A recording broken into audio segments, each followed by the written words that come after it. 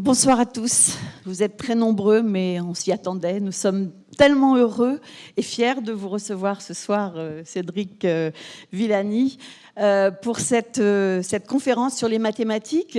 Une première conférence sur les mathématiques et l'exposition maths qui a ouvert aujourd'hui même et qu'il faut absolument que vous alliez voir. Je vais peut-être demander l'avis de Cédric tout à l'heure, puisqu'il a passé une partie de la journée avec nous, avec une partie de l'équipe de l'Espace des Sciences. Il a tout visité. Il pourra vous dire s'il trouve ça bien ou pas bien. Voilà, je fais comme d'habitude, je vous donne... Non, mais... Ah ben, il veut le dire. Voilà, c'était pour vous dire qu'il avait... C'était notre petite surprise, Cédric, on lui avait pas dit. Ouais, vous voyez, on peut à la fois dans cette exposition faire des maths tout en préservant sa forme physique. C'est un joli cadeau, on va vous l'offrir. Alors c'est quelque chose qui, quand je l'ai vu, ça m'a fait penser au Shadok. Il y en a peut-être parmi vous qui connaissent les Shadok avec leur vélo à roues carrées pour descendre les escaliers, des choses comme ça. Donc voilà, je me suis transformé en Shadok un petit peu pour un moment. Vous y prenez plaisir, hein ? Grâce à vous. Voilà, je vous donne juste le rendez-vous, vous savez bien, parce qu'on termine toujours un petit peu vite le soir. Je vous donne le rendez-vous de la semaine prochaine. Je ne sais pas si vous connaissez Gérard Ferret, puisque c'est l'année internationale de la chimie. Oui, il a fait un exposé magnifique à l'Institut Poincaré la semaine dernière. Voilà, donc nous aurons le plaisir de le recevoir la semaine prochaine. Gérard Ferret de l'Académie des Sciences, médaillé d'or du CNRS. On ne reçoit que des médaillés en ce moment. Nous ne sommes pas peu fiers. Un peu de votre gloire rejaillit sur nous. Non, voilà. Alors, trêve de plaisanterie. Je vous dis aussi tout de suite, parce qu'après je vais oublier, que cette conférence est enregistrée, que vous pourrez donc la revoir sur le site de l'Espace des Sciences dans quelques semaines, grâce à nos amis du CREA. Et je salue toute l'équipe qui est là-haut, Gwen, Vincent, Jackie, je ne sais pas qui est là autrement. Voilà, je crois que c'est à peu près tout le monde. J'ai dit tout le monde. Voilà. Et puis bon, donc vous redire tout le plaisir que nous avons ce soir à recevoir un mathématicien, amateur de musique classique, de rock, de BD et même de manga, je me suis laissé dire. Je ne sais pas si c'est vrai. Pourquoi vous dites « et même » de manga ? Parce que... Je sens les préjugés. Non, moi j'aime bien aussi, mais moi d'abord j'imaginais tous les mathématiciens plus vieux et enfermés dans leur un vieux mathématicien, d'abord c'est un jeune mathématicien, vous savez, au départ. Oui, c'est vrai. Mais enfin quand même, avoir la médaille Fields à même pas 40 ans... Oui, alors là je vous arrête, c'est par définition, parce qu'on l'attribue que à des chercheurs de moins de 40 ans. Ça y est. Il y a longtemps que j'ai appris que le ridicule ne tue pas, donc je ne vais pas en mourir. Je suis un peu vexée, mais je ne vais pas en mourir. Vous auriez pu me le dire tout à l'heure, quand même. Vous ne me l'avez pas demandé. Voilà, alors donc je disais, amateur de BD et de manga, pas de préjugés. Alors, avec un look... Alors, j'ai beaucoup cherché à qui vous me faisiez penser. Je pensais poète romantique, musicien. J'ai cherché dans Lavalière aussi, en me disant peut-être ça va me donner des... Puis en fait, c'est vous qui m'avez mis sur la voie. Vous ressemblez plutôt à Johnny Depp dans Édouard aux mains d'argent, non ? C'est pas ça ? Pas dans Édouard aux mains d'argent, non. Dans Benny and June plutôt. En tout cas, c'est quelque chose qu'on me dit que ce genre de look, c'est un peu... Enfin, bon. Benny et June. Enfin, d'abord, c'est mon look à moi. Hein. Mais bien sûr, bien sûr. Et j'ai oublié de dire quand même, donc amateur de Lavalière, on l'a remarqué, et d'araignées. Et en plus, vous soignez le détail jusqu'à choisir des couleurs en relation avec la ville dans laquelle vous vous trouvez. Ouais, mais là, j'avais pas assez de ressources. Il m'aurait manqué une araignée noire. Hein. On m'a dit rouge et noir ici. Alors j'ai essayé. Cédric Villani, le flamboyant, c'est comme ça que vous définissent les journalistes, ou encore Cédric Villani, le virtuose. Vous êtes aussi le Marsu Villani, enfin le Marsupilami, Marsu Villani. Oui, ça c'est moi. Hein, c'est bien vous. Alors, on va devenir un peu plus sérieux quand même. Vous êtes directeur de l'Institut Henri Poincaré, vous êtes professeur à l'université Claude Bernard de Lyon. Pur produit de l'enseignement français, dites-vous, école préparatoire, école normale supérieure, thèse à Paris-Dauphine, sous la direction d'ailleurs d'un autre médaillé Fields, Pierre-Louis Lyons, c'est ça, Oui, hein, Pierre-Louis Lyons. voilà. Alors, il y a quelque chose qui semble important dans votre itinéraire aussi, en tout cas c'est ce que j'ai cru comprendre en vous écoutant dans d'autres interviews, des séjours aux États-Unis qui, dites-vous, vous ont apporté quelque chose d'autre, je sais pas, des séjours de 6 mois à peu près à chaque fois. Oui, j'ai eu la chance de pouvoir faire à 4-5 ans d'intervalle, 3 séjours d'un semestre à chaque fois aux États-Unis. Il se trouve que c'était aux États-Unis, ça aurait pu être ailleurs. Mais j'ai beau être un pur produit du système français, les voyages ont joué un rôle important. Des rencontres que j'ai faites à l'étranger ont été déterminantes. C'est comme tout, hein, la recherche, c'est pas une guerre de pays ou une guerre de système. C'est un système dans lequel tout le monde est à la fois un peu en concurrence et un peu en collaboration. Et de temps en temps, on rencontre des gens qui viennent d'autres cultures et c'est très enrichissant. Alors, vos parents étaient des littéraires, des professeurs de lettres. Alors, je ne sais pas, c'est par réaction au moment de l'adolescence que vous avez choisi les mathématiques ou quoi? Non, c'est comme ça. C'était mon destin, peut-être, qui sait. Ou c'était le hasard. Alors, une autre chose aussi qui est importante, qui est sérieuse, c'est que d'abord, cette passion, elle vous est venue, je crois, assez jeune. Mais vous racontez quelque part, c'est un prof de troisième, je crois, qui vous a un peu donné ce goût Bon, je l'ai dit, la mathématique ou des mathématiques. La mathématique ou les mathématiques. J'aime bien la mathématique pour insister sur l'unité. Les mathématiques insistent sur la diversité. C'est les deux à la fois. J'aime bien la mathématique. Oui, je dirais d'abord, il y a eu des expériences au collège et au lycée qui ont été très importantes. Je les ai souvent mentionnées. Aussi, c'est une façon de rendre hommage à des professeurs du secondaire. C'est extrêmement important, souvent, les professeurs dans le primaire ou le secondaire, ceux qui arrivent à transmettre un peu de leur passion, éventuellement en sortant un peu des sentiers battus. C'est très important. Alors après, la vocation s'affine peu à peu. Pour moi, le passage important, il y a eu les classes préparatoires, il y a eu l'école normale supérieure. Plus important que tout, peut-être, il y a eu la thèse. La thèse, c'est le moment où on cristallise, où on avance dans l'inconnu, où vraiment on prend goût et où on rentre dans le métier. Et donc, vous pensez important de garder des heures d'enseignement à côté du travail de recherche, en tout cas en ce qui vous concerne? Oui, je ne suis pas le seul à penser ça, mais même actuellement, en directeur d'institut, je garde un service d'enseignement réduit, mais c'est important d'en garder un petit peu. Il y a une question de transmission, c'est important pas seulement de découvrir, mais aussi de transmettre. Il y a aussi une question que c'est profitable à soi souvent d'enseigner. On enseigne des choses, ça nous oblige à découvrir de nouveaux horizons, ça nous oblige à repenser ce qu'on croit bien connaître. C'est très profitable. Eh bien, on va écouter votre conférence. On va se retrouver ensuite ici pour la partie des questions. Alors, je crois que, on avait annoncé comme conférence « Peut-on mathématiquement prédire l'avenir du système scolaire ?» Alors, par contradiction, vous avez décidé de changer le titre, peut-être. Enfin, vous allez nous expliquer pourquoi.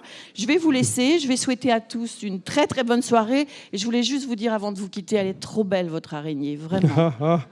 Merci Maët, vous êtes trop gentille.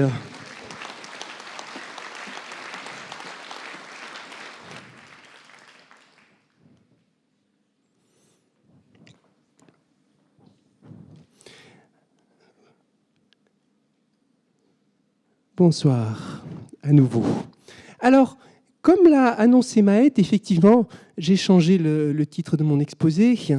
Et bon, peut-être un peu de goût de la contradiction. Également, il y a que le titre de l'exposé, j'ai donné il y a un bon bout de temps. Et entre-temps, j'ai un peu changé la cible de l'exposé. J'ai opté pour une solution qui était un peu plus grand public, un peu plus large aussi. Le sujet que j'avais initialement annoncé, il sera traité, disons, il sera inclus dans le sujet plus général que voici. Pour ceux qui veulent approfondir ou en savoir plus, je ferai de mon possible au moment de la séance de questions. Et puis, j'ai voulu le raccrocher aussi un petit peu plus directement à mes travaux de recherche. Et l'exposé que j'avais en tête au début était un petit peu plus technique que celui que je vais maintenant vous proposer. Alors, c'est un exercice de vulgarisation. Je ne dis pas ça du tout de manière péjorative, mais je vais être obligé de tricher un petit peu pour rendre les choses plus attrayantes, pour le faire passer auprès des non-spécialistes. Des fois, je dirai des choses avec les mains. Il y a quelques spécialistes, des chercheurs mathématiques probablement, qui sont camouflés parmi vous. Et de temps en temps, ils vont peut-être s'offusquer que je fais un raccourci ou quelque chose de vraiment trop approximatif. Mais tant pis pour eux, ils n'avaient qu'à pas venir. Alors, peut-on lire l'avenir des astres dans les lignes des maths?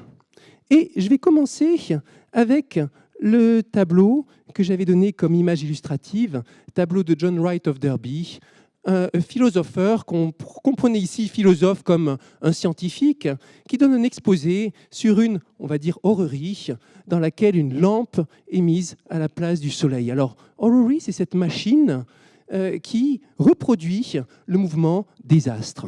Ça, c'est une image que j'ai reprise c'est un astrophysicien de Princeton qui me l'a fait connaître.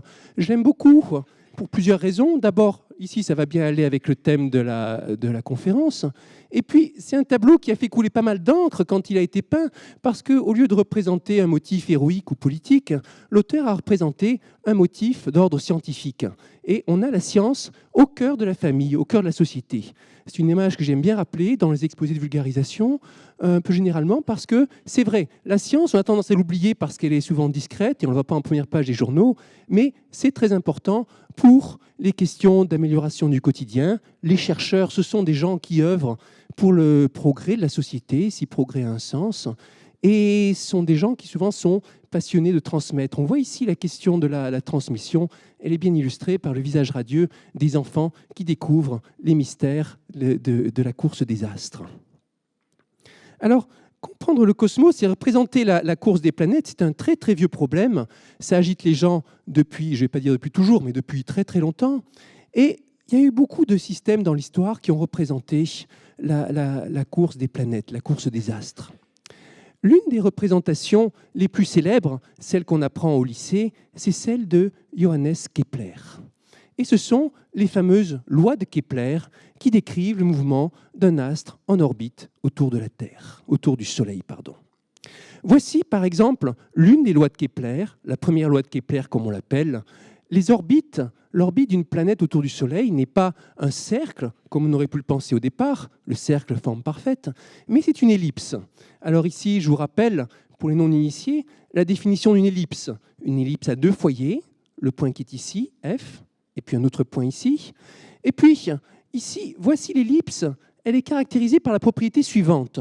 Quand vous avez un corps qui se déplace le long de l'ellipse et que vous regardez la distance par rapport au premier foyer et vous ajoutez la distance par rapport au second foyer, ici elles sont représentées en bleu et en rouge respectivement, eh bien la somme des deux distances est constante. Ceci est une propriété géométrique simple qui caractérise l'ellipse. Une belle propriété, et c'est un des succès de la théorie de Kepler que de représenter les trajectoires des planètes de manière aussi simple. Alors il y a cette première loi qui vous donne la trajectoire sous forme d'une ellipse, il y a une seconde loi, il y a une troisième loi, et avec les trois lois de Kepler, vous arrivez à une définition, une description exacte du point de vue de Kepler du mouvement des planètes. Alors, les lois de Kepler, c'est quelque chose de très beau, très économe, très élégant. C'est le moment dans l'histoire de la science où le mouvement des planètes apparaît comme le plus régulier, le plus harmonieux. Avant, c'était moins beau. Après, ça sera moins beau aussi, au fur et à mesure qu'on comprendra mieux. Et donc, le mouvement de Kepler, c'est une sorte d'état de grâce, en quelque sorte. Entre parenthèses, ce n'est pas Kepler qui a formulé les trois lois sous la forme qu'on apprend maintenant au lycée, c'est Voltaire qui a extrait de Kepler les lois sous cette forme-là, et qui les a popularisées. Si vous essayez de lire Kepler dans le texte, vous allez au-devant de cruelles désillusions. 1665 arrive la loi de la gravitation universelle avec Isaac Newton. C'est une des dates fondamentales dans l'histoire des sciences. Newton publie sa loi presque 20 ans plus tard. Et vous avez ici à gauche une représentation des Principia Mathematica, l'un des ouvrages scientifiques les plus importants de tous les temps. dans laquelle en particulier on développe la façon de décrire les phénomènes physiques de manière mathématique, en termes d'équations qui permettent de prédire le mouvement des astres. Et Newton exprime, comme on l'apprend aujourd'hui en lycée, il exprime les mouvements en termes de force, de loi et d'accélération. La force s'identifie à la masse fois l'accélération. L'accélération étant la variation de la vitesse. La force, dans la théorie de Newton de gravitation universelle, est proportionnelle au produit des masses. Ici, si vous avez un grand corps céleste qui attire un petit corps céleste, la force qui s'exerce entre les deux est proportionnelle au produit est égale à une constante multipliée par la masse du grand corps fois la masse du petit corps, et ensuite vous divisez le tout par le carré de la distance. C'est cette loi d'inverse du carré de la distance qui fera une bonne partie de la célébrité de Newton. C'était une loi remarquable, et en particulier, il y avait cette idée qu'on peut décrire tous ces phénomènes du système solaire, ce qui avait été décrit par Kepler sous forme de 3 lois, est ici résumé sous une seule loi. Un gain d'élégance remarquable. Voici les équations de Newton. Il y aura très peu d'équations dans cet exposé. Celle-ci en est une. Ici, j'ai numéroté, disons, dans le système solaire, les astres de 1 à n. Mettons que 1 soit l'indice correspondant au Soleil, 2 Mercure, 3 Vénus, et ainsi de suite. Et on va jusqu'à Pluton, si vous considérez Pluton comme une planète. Et ici, on écrit la loi de Newton. Eh bien, si je veux calculer l'accélération que subit la Terre, par exemple, I égale 4, donc la masse de la Terre fois l'accélération de la Terre, ici c'est l'accélération, est égale à la somme des forces exercées par tous les autres corps. C'est ici qu'arrive quelque chose d'un peu magique et de un peu terrifiant, comme Newton en avait conscience. En effet, alors que dans la théorie de Kepler, on s'intéressait à la force exercée par le Soleil sur une planète, dans la théorie de Newton, nous avons une loi de gravitation universelle. Tout le monde attire tout le monde, précisément. C'est universel, c'est démocratique. Et le Soleil n'a pas un rôle privilégié par rapport aux autres planètes. Et voici donc les équations dans lesquelles, ici, au membre de droite, on tient compte non seulement de la force exercée par le Soleil, mais aussi de la force exercée par les autres planètes. Et c'est ici que les choses deviennent compliquées. En effet, quand Newton applique ces équations au problème des deux corps, le Soleil et une planète, ça vous fait deux corps, il retrouve les lois de Kepler. Il retrouve l'ellipse, il retrouve la loi des aires de Kepler, et puis la loi du cube, du demi-grand axe aussi, énoncée par Kepler. Donc là, tout va bien. Mais dès qu'on prend en compte 3 corps ou plus, il n'y a pas de solution explicite, pas de loi aussi jolie que les lois de Kepler. Et rien qui permette en apparence de calculer la solution, pas de formule. C'est la fameuse non-intégrabilité du problème des 3 corps. En clair, si vous donnez 3 planètes qui interagissent les unes sur les autres et cherchez à résoudre ces équations, vous n'y arrivez pas. En tout cas, il n'y a pas de formule. Alors, pourquoi c'est effrayant ? Parce que ça laisse beaucoup de liberté. Dans le monde de Kepler, tout était figé de manière parfaite jusqu'à la fin des temps. Et on tourne en orbite autour du Soleil, selon une orbite fermée, et tout va bien. Dans le monde de Kepler, il n'y a rien de tout ça. Alors, qui nous garantit que l'univers tel qu'on le connaît va rester tel quel ? Aucune loi en particulier n'interdit les événements catastrophiques. Dans le monde de Newton, rien n'interdit, par exemple, qu'un beau jour, la Terre entre en collision avec Vénus, ou que Pluton décide de s'échapper du système solaire. Pourquoi pas ? Il n'y a rien, en tout cas, aucune conclusion, aucune formule mathématique que vous puissiez déduire des équations et qui vous le garantissent. Et Newton a bien conscience de tout ce que ça ouvre de perspectives vertigineuses. C'est ainsi que naît l'un des plus anciens problèmes de physique mathématique, le problème de la stabilité du système solaire. Étant donné les équations mathématiques qui décrivent le mouvement du système solaire, est-ce que ce système va rester stable jusqu'à la nuit des temps ? De manière générale, je vous ai dit, le problème des 3 corps, ou le problème des 4 corps, le problème des 10 corps, on ne va pas trouver de solution explicite. Et on est complètement désarmé face à ce problème. Newton était désarmé, ses successeurs aussi. Sauf que dans le système solaire, une question très importante est celle des échelles. Je m'explique. Oui, avant de vous expliquer, une petite galerie de portraits de quelques-uns de ceux qui ont contribué de manière la plus importante à ce problème de description du système solaire, de stabilité du système solaire. Newton est là, Kepler est ici, nous avons ici Henri Poincaré, Nicolas Copernic, Vladimir Arnold, Andrei Kolmogorov, Jürgen Moser, Jacques Lascar. Il y en a des anciens, il y en a des récents.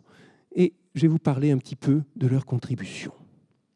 Et d'abord, donc, je reviens sur cette question d'échelle. Voici les images de quelques-uns des astres du système solaire qui nous sont familiers. La Terre, Vénus, Mars, Mercure, Pluton. Tout va bien. On se sent en terrain connu. Quand on inclut le Soleil par rapport aux autres planètes, on est frappé de la disproportion qui existe.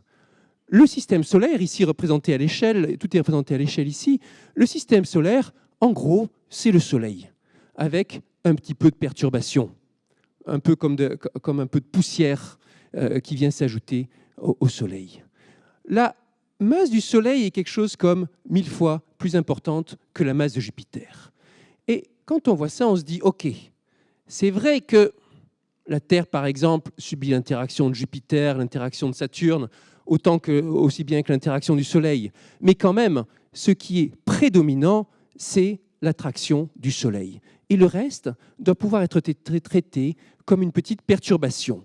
On commencerait par une solution approchée correspondant à la solution de Kepler, et ensuite on tient compte des autres planètes, mais comme une petite correction. C'est le début de ce qu'on appelle les méthodes perturbatives, où vous cherchez à étudier un système en vous ramenant d'abord à un système qui est facile, intégrable, facile à résoudre, et puis vous ajoutez une petite perturbation. Dans notre cas, le système facile à résoudre, ce sont les planètes en interaction avec seulement le Soleil. Et puis quand vous ajoutez une petite perturbation, ça va être l'interaction des autres planètes. Alors, en mathématiques, on a une convention habituelle. Quand on rencontre un nombre qui est très petit, on le note très souvent epsilon. Epsilon, quantité très petite, on sait que le mathématicien légendaire Paul Erdős aimait appeler les enfants des epsilons. Un epsilon, c'est comme ça quand il voyait un petit enfant. Et ici, epsilon, ça va être, pas les petits-enfants, mais les petites planètes. La masse des petites planètes rapportée à la masse du Soleil. Peut-être 1/1000. Alors, les mathématiciens se sont mis à étudier des systèmes dans lesquels on a une petite perturbation par un petit coefficient epsilon de notre système solaire idéal. Un des premiers résultats importants dus à Laplace, Lagrange et Gauss, c'est que, OK, peut-être qu'il y a des perturbations dans la loi de Newton, peut-être qu'il peut arriver des événements catastrophiques, de grandes distorsions dans le système solaire, mais il faut attendre très longtemps pour ça. La première idée qu'on a en tête, c'est que très longtemps, si vous avez un phénomène qui est d'ordre epsilon, ça peut être l'inverse de epsilon. Par exemple, si votre compte en banque augmente de environ 1% chaque année, votre premier réflexe, ça va être de dire qu'il va augmenter, il va doubler en 100 ans. Ce n'est pas vrai exactement, parce que ça ne marche pas exactement comme ça, mais c'est la première image qui vient en tête. L'inverse du petit nombre epsilon. En fait, dans le système solaire, ce n'est pas du tout comme ça.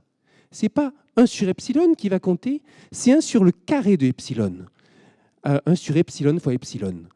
Alors, si vous faites le compte, si epsilon, c'est à peu près 1/1000, et que dans le système solaire, vous prenez comme référence l'année terrestre, ce qui est discutable parce que les années sont plus ou moins longues selon les planètes, vous arrivez comme ça à 1 sur epsilon, c'est en gros 1000 ans.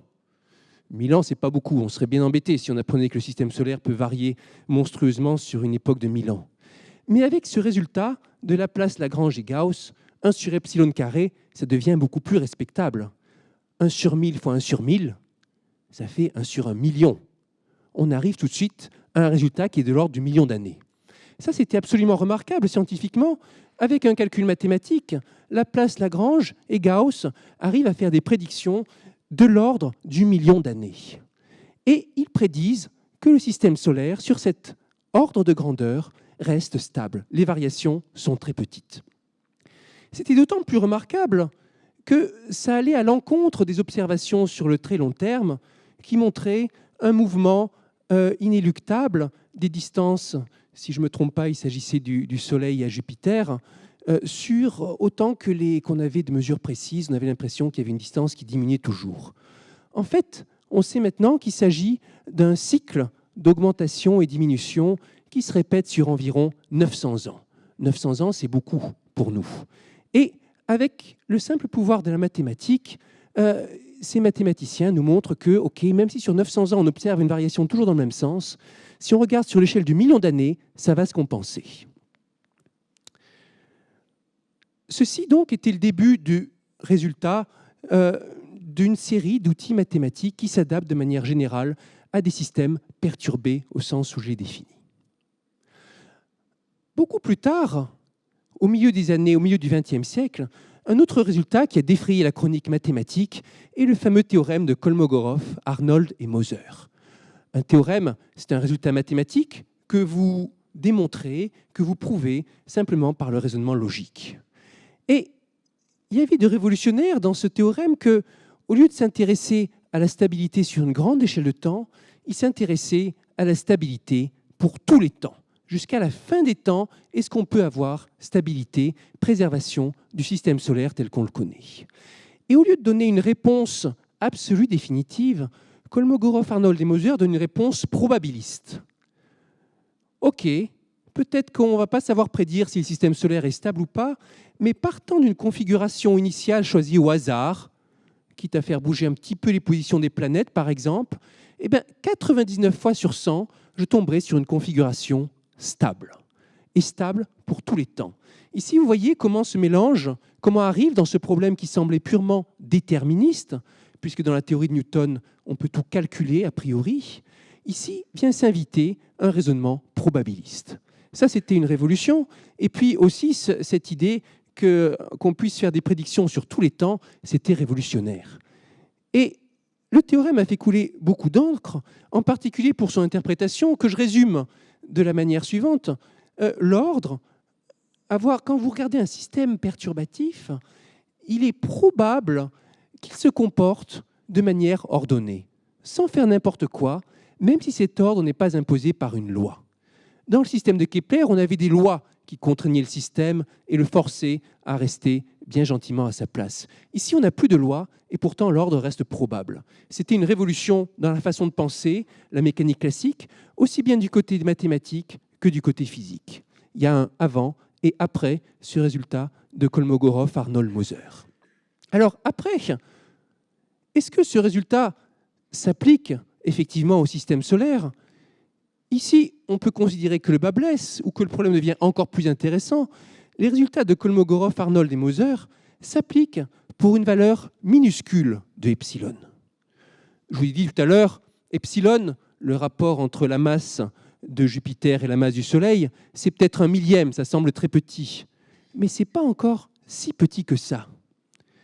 Et ça a été un nouveau changement de paradigme, changement d'esprit, quand, dans les années 80, Jacques Lascar et d'autres ont montré que notre système solaire est instable sur de très très grandes échelles de temps, montré par des calculs numériques. C'était le moment où on commençait à avoir des possibilités d'utiliser des ordinateurs pour faire de très très lourds calculs. Jacques Lascar, en France, Scott Tremaine, au Canada, aux États-Unis, ont montré, en effet, que finalement, le système solaire est peu prédictible sur plus de 10 millions d'années. Peu prédictible, qu'est-ce que cela veut dire? Ici, on touche à quelque chose qui est très célèbre et qui a aussi fait son chemin jusque dans la littérature grand public ou dans les films, ce qu'on appelle la théorie du chaos ou l'effet papillon.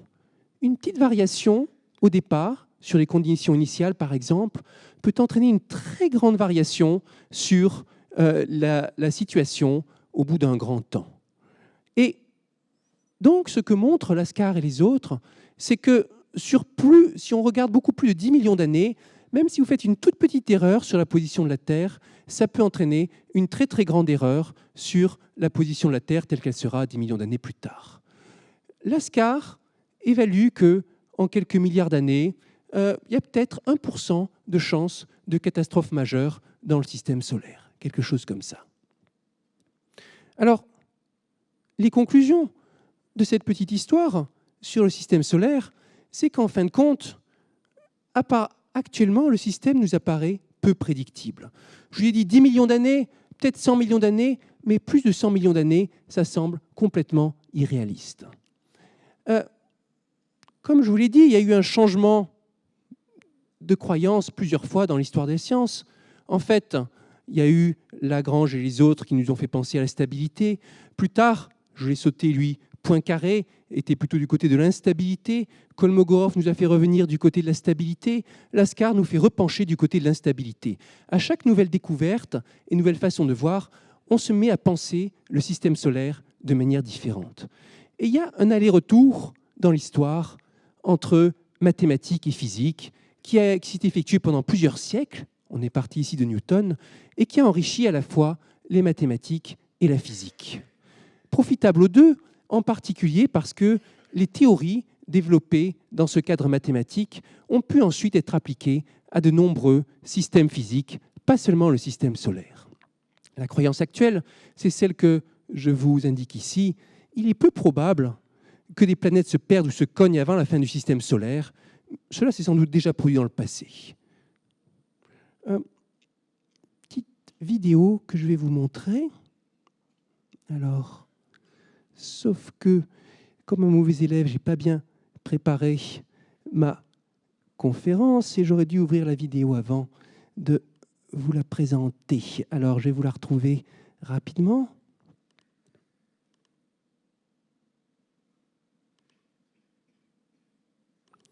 Voici donc un petit film qui résume ce que je vous raconte, que vous pouvez trouver, qui est dû à Jacques Laskar.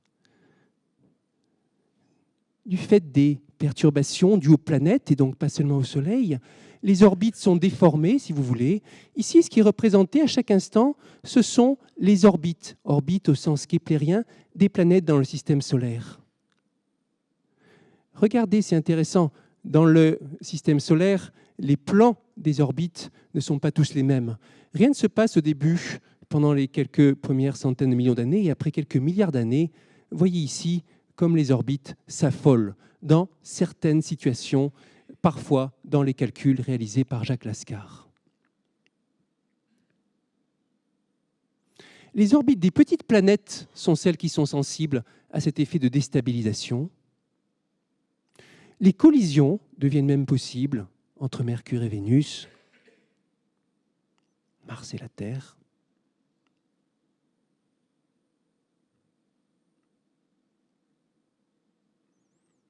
Voire Vénus et la Terre.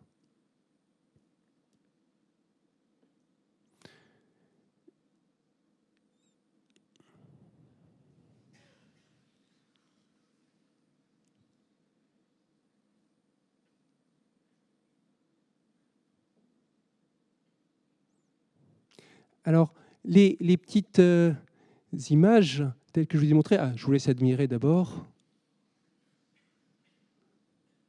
Un petit effet artistique.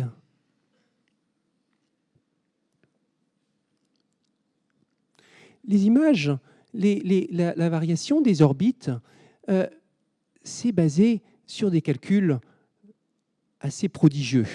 Le système d'équations que Jacques Laskar simule à l'aide d'ordinateurs, il compte quelque chose comme 150 000 termes. Et il vous faudrait des journées entières rien que pour lire l'équation. Et l'ordinateur y arrive. Mais attention, il faut être très malin. Ce n'est pas parce que vous donnez une équation à manger à l'ordinateur qu'il va vous calculer la solution. Il faut être malin dans la façon de lui donner à manger, malin dans la façon de discrétiser, dans les méthodes numériques que vous employez, dans les erreurs d'arrondi. C'est tout un art. Alors, ceci, pour la stabilité du système solaire, la conclusion, le système solaire est-il stable? Vous l'avez compris, c'est on ne sait pas. Et plus important, sans doute, certainement, que cette conclusion, il y a tous les progrès qui ont été faits en termes de méthodologie et puis en termes de théorie. Alors, ceci, c'était pour la stabilité du système solaire. Et si vous le voulez maintenant, on va élargir la discussion à la galaxie tout entière. Une galaxie, c'est quelque chose comme 1000 milliards d'étoiles. Système solaire, avec peut-être 10 corps, vous avez vu à quel point c'est compliqué et que pendant plusieurs siècles, les meilleurs esprits scientifiques se sont cassés la tête dessus et ont changé d'avis plusieurs fois. Alors, que dire d'une galaxie qui contient 1000 milliards d'étoiles? Première remarque, au centre de la galaxie, on estime qu'il y a un trou noir supermassif, comme on dit, un énorme trou noir. Le trou noir, il a beau être énorme, il représente seulement une fraction minuscule de la masse totale de la galaxie. Ce n'est pas du tout le même problème que le Soleil avec les planètes tout autour. Le problème de la stabilité de la galaxie, c'est un problème beaucoup plus démocratique où les étoiles ont un peu toutes leur mot à dire et il n'y en a pas une qui a un rôle prépondérant. Alors, 1000 milliards d'étoiles, vous imaginez bien qu'on ne va pas s'amuser à écrire les 1000 milliards d'équations. D'abord, on n'y arriverait pas. Ensuite, ce n'est pas ça qui nous importe. Si on veut s'intéresser à la stabilité de la galaxie, à l'avenir de la galaxie, on a envie d'avoir une information plus synthétique, plus résumée. Voici une autre petite vidéo de l'astrophysicien John Dubinsky qui vous donne une petite idée de ce que peut être, sur un très long terme, le mouvement des étoiles dans une galaxie. Remarquez le titre poétique, « Galaxies en collision ». On va vous le mettre à partir d'ici, disons, voilà. Alors, regardez ça. Ici, ce que vous voyez, en très accéléré, ce sont les mouvements des étoiles dans des galaxies. Alors ici, vous voyez des petites galaxies qui vont en collisionner d'autres. Ce n'est pas fait avec 1000 milliards de points, mais c'est fait quand même avec un bon paquet de points. Et ce qu'il y a derrière, comme physique, c'est rien de plus que ce que Newton savait déjà, la gravitation universelle. La loi en l'inverse du carré de la distance, telle qu'on l'apprend dans les écoles. Rien de plus. Mais comme il y a beaucoup d'étoiles, ça donne des figures complexes contre lesquelles on est assez démuni. C'est très difficile de dire quelque chose d'intelligent face à ça. D'abord, qu'est-ce qu'on voudrait étudier? Ici, admirez la collision de deux galaxies, telle que peut-être ça arrivera un jour à la nôtre, dans quelques milliards d'années, qui sait. John Dubinsky insiste sur l'aspect artistique de sa création. Et effectivement, outre le caractère apocalyptique, je trouve que c'est assez esthétique.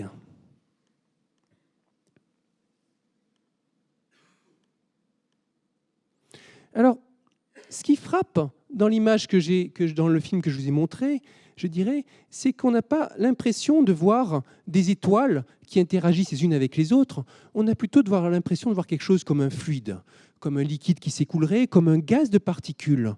Et de fait, une étoile, à l'échelle d'une galaxie, c'est à peu près comme un atome à notre échelle. 1000 milliards, alors c'est un peu plus gros, mais quand même. 1000 milliards, c'est quelque chose tel qu'on peut parler de fluide.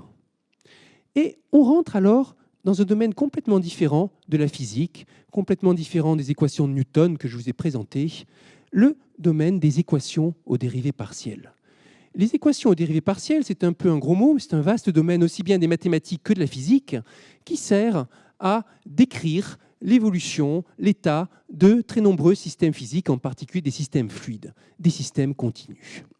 Voici une petite galerie impressionniste d'équations aux dérivées partielles. Comme je vous dis, c'est une branche des mathématiques et il y a des spécialistes de ces équations, aussi bien du côté physique que du côté mathématique. Prenez-les comme des œuvres d'art, pour la plupart d'entre vous.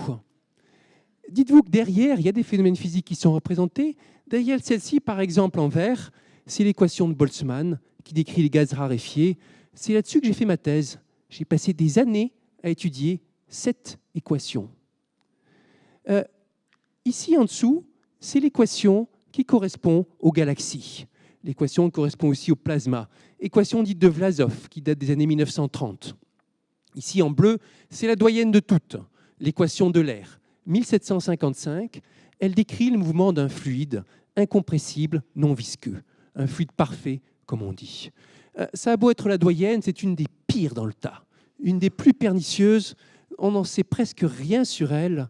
Et vraiment, elle est absolument terrible. Ici, vous avez le flot de Ricci, l'équation qui a permis à Grigori Perelman de résoudre la fameuse conjecture de Poincaré il y a quelques années. Ici, l'équation de la chaleur, ici, la relativité générale d'Einstein, ici, l'équation de Schrödinger, la base de la mécanique quantique, et ainsi de suite. Pour de nombreux, très nombreux phénomènes physiques, vous avez les équations correspondantes qui vont décrire des fluides, des solides, des quantités qui évoluent dans notre temps, dans notre espace.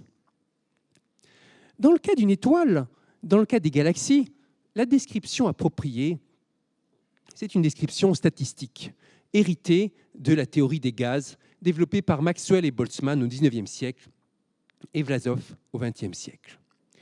Au lieu de s'intéresser aux positions et aux vitesses individuelles des particules, des étoiles, il y en aurait beaucoup trop, on va s'intéresser à la statistique de ces positions et de ces vitesses, un peu comme un sondage du gaz.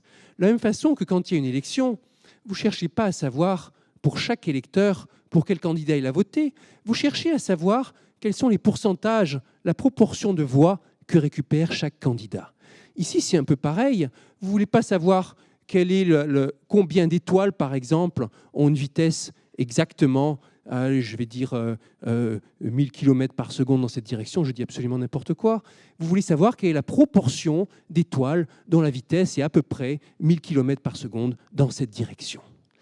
Et vous avez comme ça une répartition statistique du profil de vitesse, un peu comme vous auriez une courbe, par exemple, une pyramide des âges ou quelque chose comme ça, un profil statistique de la répartition des revenus ou de qui sait quoi, dans une étude socio-économique. Donc, profil statistique des vitesses du gaz ou des vitesses des particules, des étoiles dans votre galaxie. Le profil peut dépendre de la vitesse, il peut aussi dépendre de la position. Peut-être que dans votre galaxie, il y a des endroits avec beaucoup d'étoiles et d'autres où il y a peu d'étoiles. Et ça aussi, vous voulez en tenir compte. Vous voulez vous intéresser à la densité de particules dans votre espace de position. Donc, cette information est résumée par une fonction f qui dépend de la position, qui dépend de la vitesse et qui vous indique quelle est la densité d'étoiles dont la position est environ x et la vitesse environ v. Prenez-le comme un sondage de votre galaxie. Cette description statistique, bien sûr, est beaucoup moins précise que la description individuelle des positions et des vitesses des étoiles. Mais après tout, ça renferme déjà beaucoup d'informations. Et c'est bien suffisant pour nous. La plus célèbre équation aux dérivées partielles décrivant l'évolution au cours du temps d'une telle densité est l'équation de Boltzmann. Je vous disais à l'instant que c'était là-dessus que j'avais fait ma thèse. Sur l'équation de Boltzmann, il y a un certain nombre de choses que j'ai comprises. C'est en partie ce qui m'a valu la médaille Fields, mais pour autant, il reste énormément de choses que je n'ai pas comprises. Elle est encore mystérieuse, plus de 140 ans après avoir été écrite. Elle n'a pas encore dévoilé tous ses mystères. La revoici, cette fameuse équation.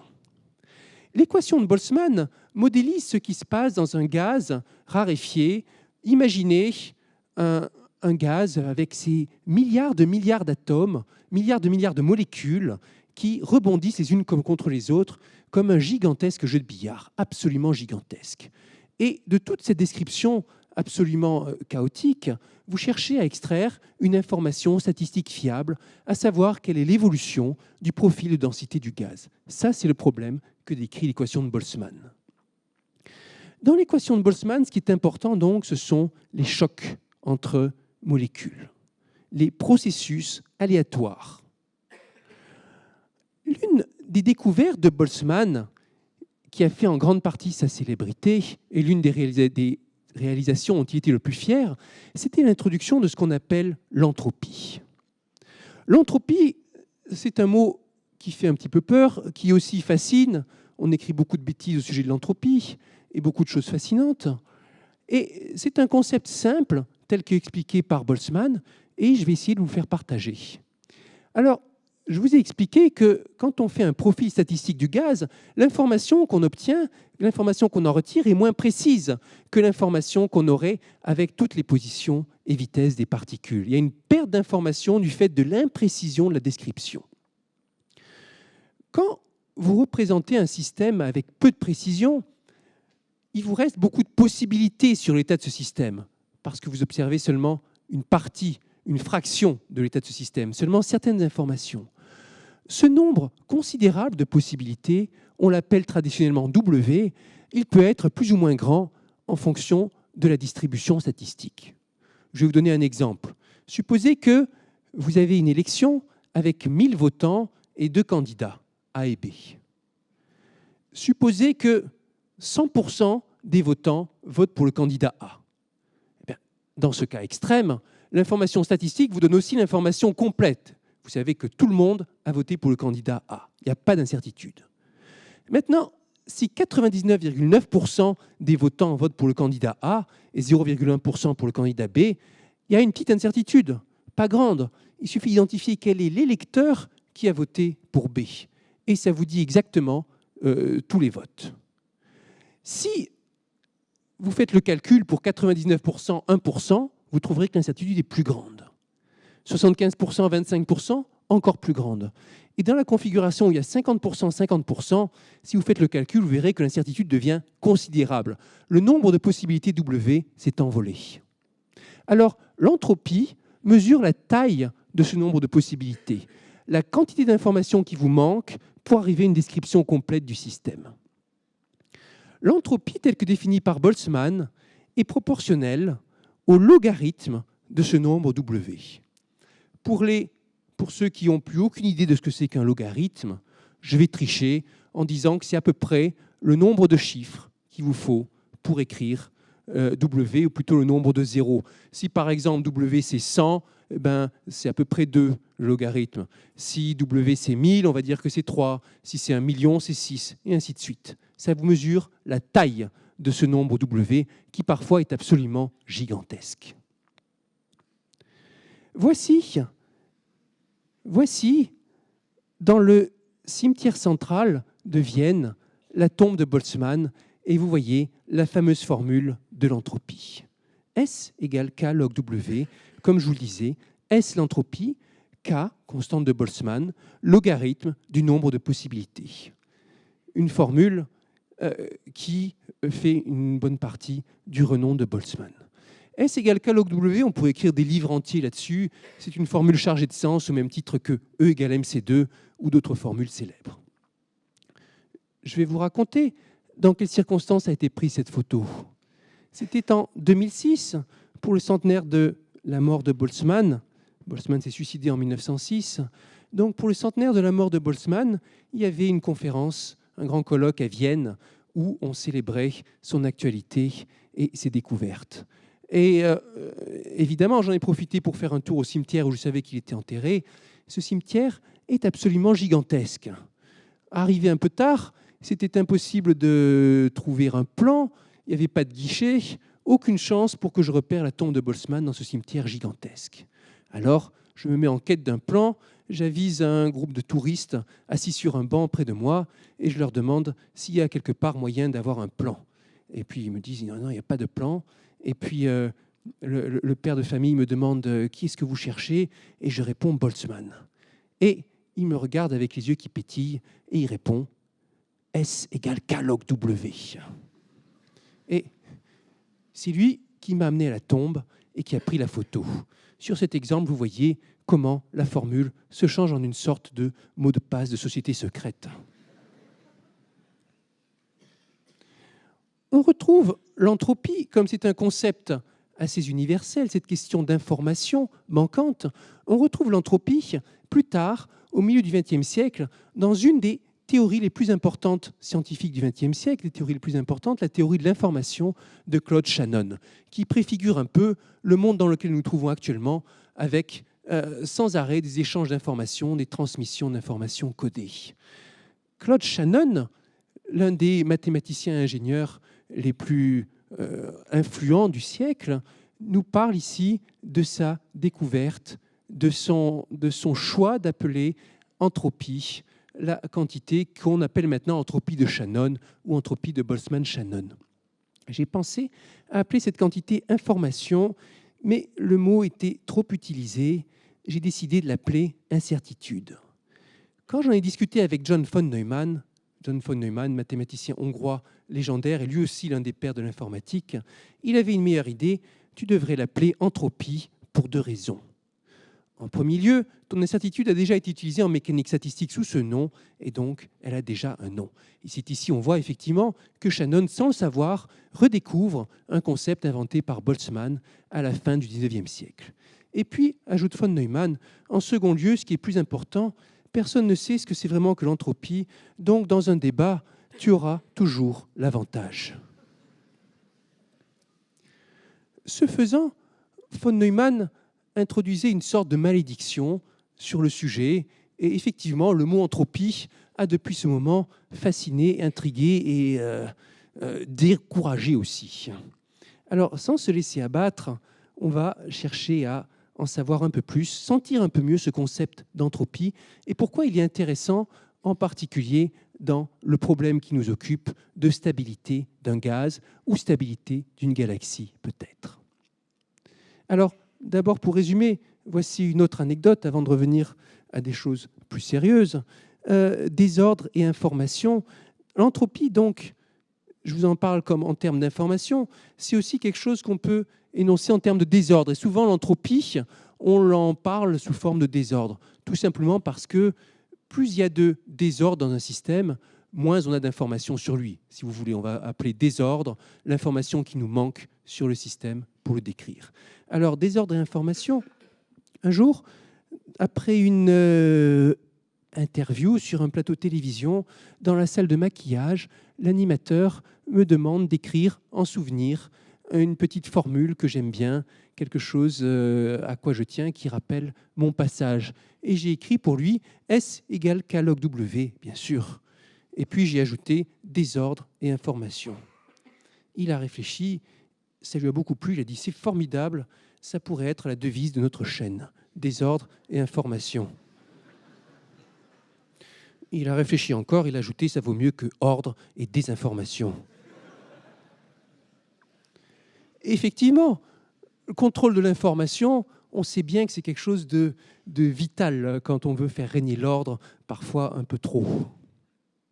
Alors, pour revenir à la physique, dans la théorie de Boltzmann, Boltzmann fait cette découverte remarquable que si on adopte l'équation de Boltzmann comme modèle, l'entropie augmente toujours sous l'effet de processus aléatoires. Je vous ai décrit ce gigantesque billard dans lequel les molécules se cognent les unes contre les autres de manière désordonnée. Et la découverte de Boltzmann, c'est que ces collisions désordonnées augmentent le désordre et la difficulté de la description de l'état du gaz. C'est ce qu'on appelle aussi la seconde loi de la thermodynamique, l'entropie augmente. Ce qui est beau dans l'approche de Boltzmann, c'est qu'au lieu de le prendre comme une loi, et c'est comme ça qu'on l'apprend en thermodynamique, on le prend comme un résultat démontré, un résultat mathématique, un résultat dont on convainc l'interlocuteur. Alors voici le genre d'application que l'on peut faire en utilisant l'augmentation de l'entropie avec une valeur prédictive. Prenez un gaz représenté comme beaucoup de particules dans une boîte, et puis confinez initialement votre gaz dans une moitié de la boîte, avec une paroi. Au début de l'expérience, vous retirez la paroi et vous regardez ce qui va se passer. Alors, ce qui va se passer, on le sait tous, le gaz va envahir l'ensemble du compartiment avec une forte pression. Dans la théorie de Boltzmann, ce phénomène s'explique par augmentation d'entropie, le fait que le gaz spontanément cherche l'état où il remplit l'ensemble de la boîte plutôt que de rester simplement dans la moitié de la boîte. Effectivement, la situation où le gaz a accès à l'ensemble de la boîte est plus désordonnée que la situation où le gaz reste gentiment dans la moitié droite de la boîte. Il y a plus de désordre. Plus de désordre ici, plus de liberté, plus d'informations manquantes aussi, puisque dans le premier cas, on savait au moins que le gaz y restait dans la moitié droite. Maintenant, on ne le sait même plus. Alors, dans l'équation de Boltzmann, c'est ça qui fait l'augmentation, qui fait la possibilité de prédire l'état final comme l'état pour lequel l'entropie va être maximale, le désordre va être maximal. Alors, un petit calcul que vous pouvez faire pour voir comme ce sont des ordres de grandeur assez phénoménaux qui sont mis en jeu ici, on peut se demander de combien augmente le désordre dans un cas comme ça, de combien augmente le nombre de possibilités entre le moment où le gaz est bien gentiment dans la moitié droite de la boîte et le moment où le gaz occupe l'ensemble de la boîte. Alors, vous pouvez faire un petit calcul en supposant qu'il y a 10 puissance 17 molécules dans votre gaz, ce qui n'est pas du tout déraisonnable, et en calculant le rapport, le quotient entre le nombre de possibilités pour le gaz de remplir la boîte entière et le nombre de possibilités pour le gaz de remplir la demi-boîte. Alors on se doute bien que le nombre de possibilités de remplir la boîte entière, c'est plus grand que le nombre de possibilités de remplir la demi-boîte. Combien plus grand, on peut se demander. Alors, 2 fois plus grand, 1000 fois plus grand, 1 million de fois plus grand, 1 milliard de fois plus grand, 1000 milliards de fois plus grand. En fait, beaucoup, beaucoup plus que ça. Pour avoir une idée de combien de fois plus grand ça fait, imaginez le volume de notre galaxie tout entière rapporté au volume d'un électron. Eh bien, même ça, c'est absolument ridicule par rapport à ce rapport de nombre de possibilités. Pour avoir une meilleure idée, reprenez votre électron, agrandissez-le par la pensée aux dimensions de la galaxie et reprenez un électron dedans. Et puis recommencez le processus, encore, et encore, et encore, et encore, 200 000 milliards de fois. Et là, vous aurez une idée de ce que c'est, le rapport entre ces deux quantités. Vous voyez comme c'est phénoménal. Là encore, ce sont des problèmes qui sont derrière de combinatoires, des problèmes de décompte mathématique qui sont exacerbés par le grand nombre de molécules, ce qui explique que ce caractère implacable de la loi de croissance de l'entropie. De nombres comme ça, vous ne pouvez pas lutter contre. Alors, la question de l'augmentation de l'entropie dans l'équation de Boltzmann, c'est un problème qui m'a occupé pendant un certain nombre d'années. Avec mon collaborateur Laurent Desvillettes en particulier, on avait obtenu certains résultats sur la vitesse à laquelle cette entropie croît, sous certaines conditions de régularité que je ne vais pas décrire, parce qu'ici on n'est pas dans un exposé de mathématiques pour spécialistes.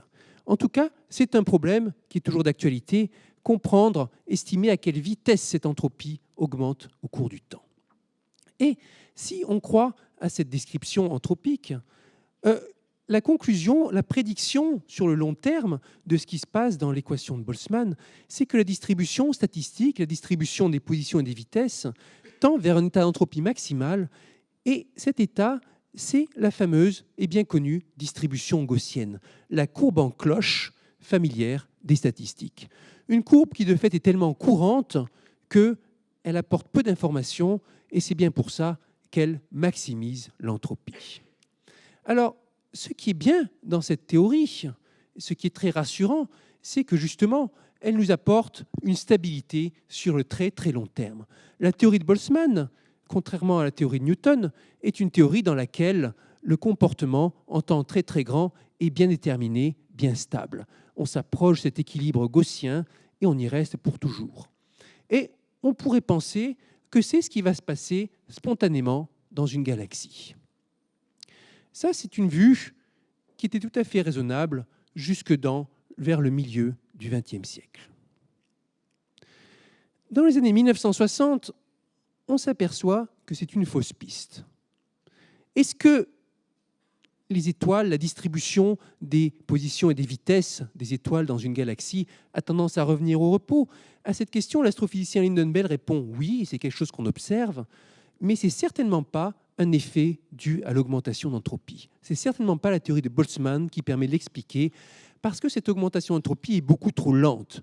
Les phénomènes aléatoires qui sont importants dans l'équation de Boltzmann, ils se produisent effectivement, mais sur des échelles de temps qui sont beaucoup plus grandes que l'âge de l'univers. Je vous disais il y a quelques instants que c'est un problème intéressant de comprendre la vitesse à laquelle l'entropie augmente, et c'est un problème qui, dans beaucoup de situations, n'est pas résolu. Mais c'est clair quand vous examinez les ordres de grandeur mis en jeu qu'à l'échelle de la galaxie, ça joue seulement sur des temps extrêmement longs, et que ce n'est pas cette croissance d'entropie qui va apporter la solution au problème de la stabilité. Lyndon Bell, pour résoudre ce paradoxe, introduit le concept de relaxation violente. Admirez l'oxymore. Relaxation violente, c'est cette idée que la galaxie va avoir tendance à tendre vers un état d'équilibre, même si ce n'est pas dû à l'entropie. C'est plus violent qu'on ne l'attendrait dans le cadre de la théorie de Boltzmann. À part ça, personne ne sait ce que ça veut dire, la relaxation violente. Et c'est un problème toujours d'actualité mathématique, non seulement d'établir ce phénomène de relaxation violente, mais d'abord de comprendre ce que ça veut dire, comprendre ce qu'on aimerait montrer. Souvent, un premier pas important dans un problème mathématique. Pour faire passer la pilule, Lynden-Bell argumente par analogie avec un autre phénomène bien connu en physique, qui lui ne touche pas aux galaxies, mais à la physique des plasmas. Un phénomène qu'on appelle l'amortissement Landau. Un plasma, pensez-y comme un gaz dans lequel vous avez des conditions physiques telles que les électrons et les noyaux vont être séparés. Les noyaux formés de neutrons et de protons ont une charge positive, les électrons ont une charge négative, les négatifs repoussent négatifs, les négatifs attirent les positifs, et vous avez comme ça comme une soupe de charges positives et négatives qui s'attirent et qui se repoussent. C'est l'état plasma. Les plasmas, on les trouve dans beaucoup de systèmes physiques, en particulier les tentatives de créer la fusion nucléaire, source d'énergie qui résoudrait beaucoup de problèmes pour l'humanité, sont basées sur la domestication des plasmas. Et depuis les années 1930, c'est un problème scientifique important, comprendre le comportement des plasmas. Et là encore, on tombe sur des problèmes de physique et de mathématiques. Là où on pourra voir cette jolie variété de phénomènes physiques, un spécialiste, théoricien des plasmas, verra la jolie équation que voici, l'équation de Vlasov. C'est une autre équation que l'équation de Boltzmann, mais elle porte pareil sur la distribution statistique des positions et des vitesses. Et c'est elle qui va être plus adaptée pour décrire l'évolution des étoiles dans une galaxie ou l'évolution de la densité de charge dans un plasma, l'équation de Vlasov. Alors, je ne vais pas vous expliquer l'équation, mais vous voyez ici le temps qui intervient. Ici, il y a la variable x de position, la variable v de vitesse. Ici, le v, ça va être le potentiel gravitationnel de Newton, si je l'applique à une galaxie. Ici, vous avez une variation par rapport à la variable de vitesse, ainsi de suite. Donc, vous retrouvez là-dedans les mêmes physiques que dans Newton, avec l'attraction des différentes étoiles, mais en plus, il y a l'aspect statistique qui a été incorporé. Notez, donc j'insiste là-dessus, que c'est la même équation qui décrit le comportement d'un plasma ou qui décrit le comportement d'une galaxie. Ça, c'est un phénomène remarquable. On rencontre souvent en mathématiques, une équation abstraite peut s'appliquer dans un grand nombre de situations physiques différentes, et ici, c'est le cas. Dans un cas, l'unité, ça va être un électron, le composant élémentaire. Dans l'autre cas, ce sera une étoile tout entière. Là encore, une différence d'échelle prodigieuse. Mais miracle, c'est la même équation, à part qu'il faut changer juste le signe de l'interaction, si vous voulez, parce que les étoiles s'attirent alors que les électrons se repoussent. Landau, vous voyez ici, cette photographie date de l'époque où il a été envoyé en prison, pour aucune bonne raison, évidemment.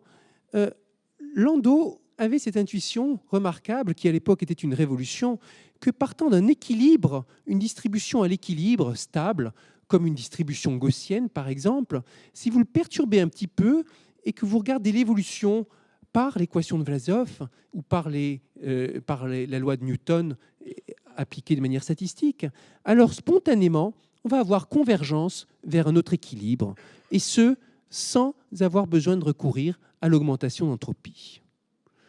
Ça, c'est quelque chose qui a fait couler énormément d'encre. On l'appelle l'amortissement Landau depuis, et on le trouve dans tous les livres de physique des plasmas. Alors, pour autant, d'un point de vue théorique, cette interprétation de Landau a donné lieu à controverse. Lynden-Bell l'utilise comme quelque chose qu'il considère comme bien établi, mais quand vous regardez la littérature scientifique à partir des années 1960 jusqu'à nos jours, on voit qu'il y a des discussions sur cet amortissement Landau. Un problème théorique, là encore. Vous donnez le modèle mathématique. Est-ce qu'il y a effectivement cet effet de relaxation prédit par Landau, relaxation spontanée, sans augmentation d'entropie, sans augmentation de désordre? Ça paraît paradoxal, en particulier parce que s'il n'y a pas d'augmentation de désordre, ça veut dire que, d'une certaine manière, vous gardez la mémoire des conditions initiales, un peu comme dans l'équation de Newton, alors que la relaxation, la convergence vers un équilibre, c'est précisément d'oublier l'état initial et de tendre vers un état qui est très stable, par exemple. D'où la question, l'amortissement Landau est-il solidement établi? Ici, le problème devient un problème pour théoriciens, physique théorique ou mathématique. Un des sujets de discorde en particulier était le fait que le calcul de Landau s'appliquait seulement à une équation simplifiée. En jargon technique, on dit linéarisée, les équations linéaires étant plus simples que les non linéaires d'habitude. Alors, je ne vais pas en parler en détail, mais la controverse s'étale sur quelques décennies. Certains disent oui, l'amortissement Landau s'applique bien à l'équation non linéaire, d'autres non. Ça change d'avis du côté des mathématiciens, du côté des physiciens. C'est un cas où toute la puissance de la mathématique, l'avantage du fait que ça repose sur le raisonnement logique, est appréciable. Dans une querelle comme ça, on va dire où il y a bataille d'intuition, si vous arrivez avec un raisonnement logique, vous pouvez convaincre votre interlocuteur. C'est le problème qu'avec mon ancien élève Clément Mouhot, on a résolu en 2009. Au moins dans le monde mathématique, au sens où, une fois qu'on a admis l'équation de Vlasov comme modèle mathématique représentatif de la réalité, l'amortissement Landau, oui, a effectivement lieu. Alors, en même temps qu'on répond à cette question, on apporte un nouveau point de vue, un nouvel éclairage. Souvenez-vous, tout à l'heure, je vous ai expliqué comment on avait changé d'opinion peu à peu sur le problème du système solaire, la stabilité du système solaire, et somme toute, c'est l'éclairage qui compte et les techniques qui ont été introduites à cet effet plus que le résultat lui-même. Ici, c'est un peu pareil. On a compris des nouvelles choses en rapport avec cet amortissement Landau en travaillant sur la preuve. Et ces liens sont peut-être plus importants que la solution elle-même. En particulier, à notre grande surprise, on a trouvé un lien mathématique entre ce problème d'amortissement Landau et deux autres célèbres paradoxes de mécanique théorique du XXe siècle. L'un est celui dont je vous parlais tout à l'heure, le théorème de Kolmogorov, selon lequel certains systèmes perturbés restent ordonnés sans contrainte apparente. Même s'il n'y a pas de loi qui les force à rester ordonnés, ils vont le rester, au moins avec forte probabilité. Et l'autre est une expérience appelée écoplasma, jolie expérience que je vais vous décrire pour vous montrer comment ces systèmes physiques que sont les plasmas, ils ont parfois des propriétés inattendues. Et on retrouve ces propriétés inattendues dans l'étude mathématique des équations. Voici l'expérience telle qu'imaginée dans les années 1960. Vous préparez un plasma dans votre laboratoire, en équilibre, au repos, et puis au début de l'expérience, vous lui appliquez une brève impulsion électrique, de sorte qu'un champ électrique se crée dans le plasma, et puis spontanément, ce champ électrique va relaxer, va s'atténuer jusqu'à disparaître. À ce moment, vous envoyez une seconde brève impulsion avec une autre fréquence spatiale qui va à nouveau agiter votre plasma, former un champ électrique, le susciter, et puis ce champ électrique va disparaître. Et puis vous attendez et vous mesurez le champ électrique. Et vous observez au bout d'un certain temps une réponse spontanée du plasma. Alors qu'il semblait au repos, il n'était pas tant au repos que ça. En fait, il a gardé la mémoire non seulement de la précédente impulsion, mais aussi de celle d'avant. Et ce sont ces deux impulsions qui vont interagir, alors qu'elles étaient invisibles l'une et l'autre, elles vont à un moment interagir de manière visible. Comme quoi, le plasma n'a pas oublié finalement les impulsions, même si le champ électrique observé est nul, il en reste des traces au niveau de sa structure microscopique, au niveau précisément de la distribution statistique. Et puis, on voit aussi sur cette expérience que le plasma, c'est une sorte de drôle de système qui réagit avec retard aux impulsions et aux perturbations. Précisément, cet effet retard, tel qu'on l'a découvert, est important pour établir rigoureusement l'amortissement Landau. Et c'est assez joli parce qu'il est important pour mettre sur pied l'intuition de Landau, et il a été découvert bien après, 20 ans après les travaux de Landau. Il y a ici une sorte d'ironie de l'histoire. Alors, les conclusions, ici aussi, et il y a des points communs avec l'histoire du système solaire dont je vous ai parlé, même si les méthodes mathématiques sont très différentes. Ici, on a une longue preuve mathématique qui introduit de nouvelles idées, un nouveau point de vue. Le résultat, tel que je vous l'ai décrit de manière très informelle, met un terme à 50 ans de controverse. Et peut-être un point important dans l'histoire, là encore, ça fait changer de point de vue. De la même façon que dans le théorème de Kolmogorov, il nous fait changer de point de vue sur la façon dont le système est prédictible ou pas, ici, on voit qu'effectivement, on a possibilité de relaxation non linéaire, pour une équation non linéaire, sans pour autant qu'il y ait augmentation d'entropie. Pour la première fois, c'est établi de manière rigoureuse. Ici, la relaxation est due au confinement et au mélange. Alors, juste un commentaire sur le mot mélange pour vous donner encore une idée de qu'est-ce qui peut être lié à cette relaxation. Tout à l'heure, je vous parlais de l'augmentation du désordre et je vous expliquais dans le cas de Boltzmann, les particules, quand elles se rencontrent, à chaque fois, on a ces collisions désordonnées qui augmentent le désordre du gaz. Ça paraît assez naturel. Ici, imaginez votre gaz comme serait un système d'un très très grand nombre de petites fourmis. Les fourmis, souvent, quand vous les observez, quand deux fourmis se rencontrent, on a l'impression que si on les regarde, que bon, il y a quelque chose qui se passe, et puis elles continuent leur route, chacune de leur côté, selon le plan qui était fixé au départ. En tout cas, souvent, c'est ça l'impression que ça donne. Alors, ces fourmis, si vous voulez, elles gardent l'information complète. Il n'y a pas augmentation du désordre, parce que quand les deux fourmis interagissent, elles continuent leur route comme si de rien n'était. Mais quand vous regardez du dessus, et que toutes ces fourmis se déplacent avec des vitesses différentes, des trajectoires différentes, donne une impression d'un fluide de fourmis qui, lui, donne l'impression d'être au repos.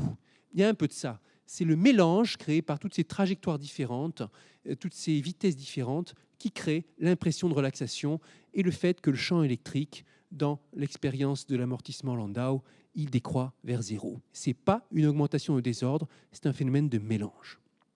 Alors,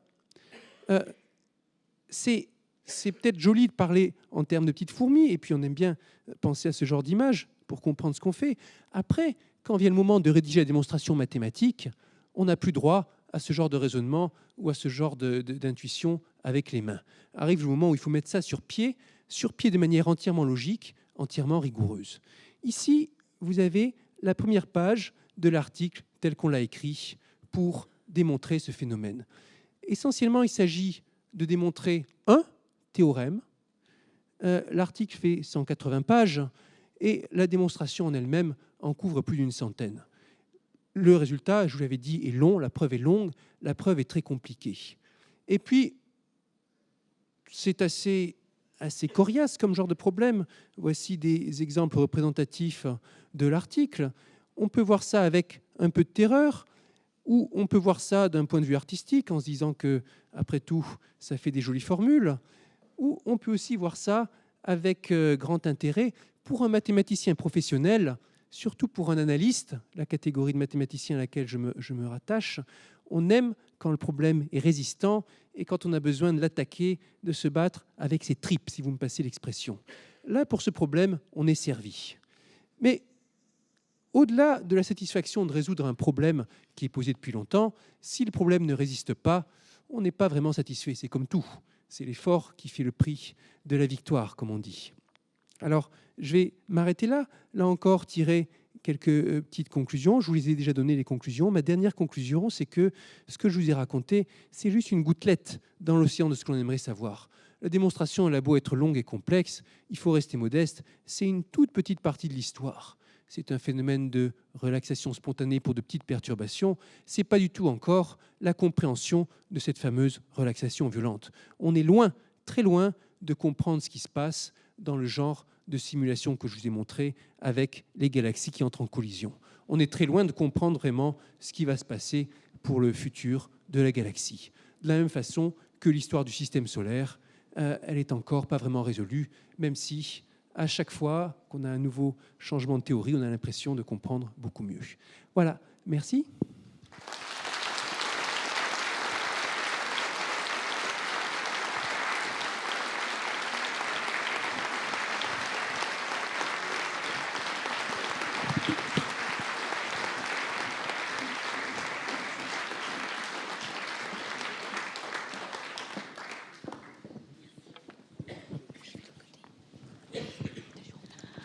Bravo et merci Cédric pour cette belle démonstration. Je sais, je connais, vous êtes fort, vous avez tout compris.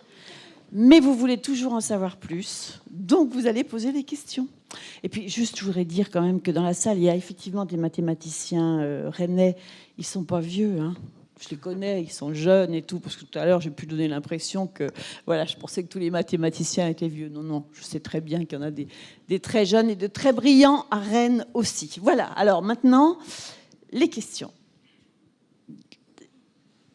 Les questions, donc... Bah alors, d'habitude, vous vous précipitez. Eh ben voilà, ça a été tellement bien clair qu'il n'y a pas de questions. C'est pas possible. Je ne veux pas le croire, c'est la première fois que ça arrive. Ils vont le faire, ils ont peur de la première. Voilà. Merci. C'est très gentil. Là-bas, Daniel, là, devant. Voilà, voilà, voilà. Encore un peu, encore un peu, encore un peu. Voilà. Bonsoir. Bonsoir. Merci pour cet exposé. Alors j'ai une question un peu technique, mais vous allez sûrement expliquer de façon beaucoup plus claire que je ne peux poser la question. La simulation des galaxies, est-ce que c'était fait avec du lattice Boltzmann? Ok, on commence fort là. Alors, la réponse est non. Et je vais développer ça. Quand vous faites des simulations numériques, une simulation numérique, qu'est-ce que c'est? Il s'agit de transformer votre modèle mathématique en un objet calculable par l'ordinateur. Et pour ça, vous avez deux grandes catégories de méthodes possibles. Une consiste à reproduire les équations de la physique, une autre consiste à partir de l'équation et à reproduire l'équation. En l'occurrence, il s'agit, dans la simulation que je vous ai montrée, de la première méthode dans laquelle on se contente de reproduire les lois de la physique. Donc, juste des particules qui interagissent les unes avec les autres. On mime l'équation de Newton. Et ici, on pourrait ignorer l'équation de Boltzmann ou l'équation de Vlasov. On pourrait tout ignorer les équations dérivées partielles, le faire de manière complètement naïve. On met plein de particules, elles s'attirent et on regarde ce que ça donne. Alors, si on essaie de faire comme ça ne marche pas vraiment. Il faut être un peu plus malin que ça. Mais c'est quand même une modélisation simple.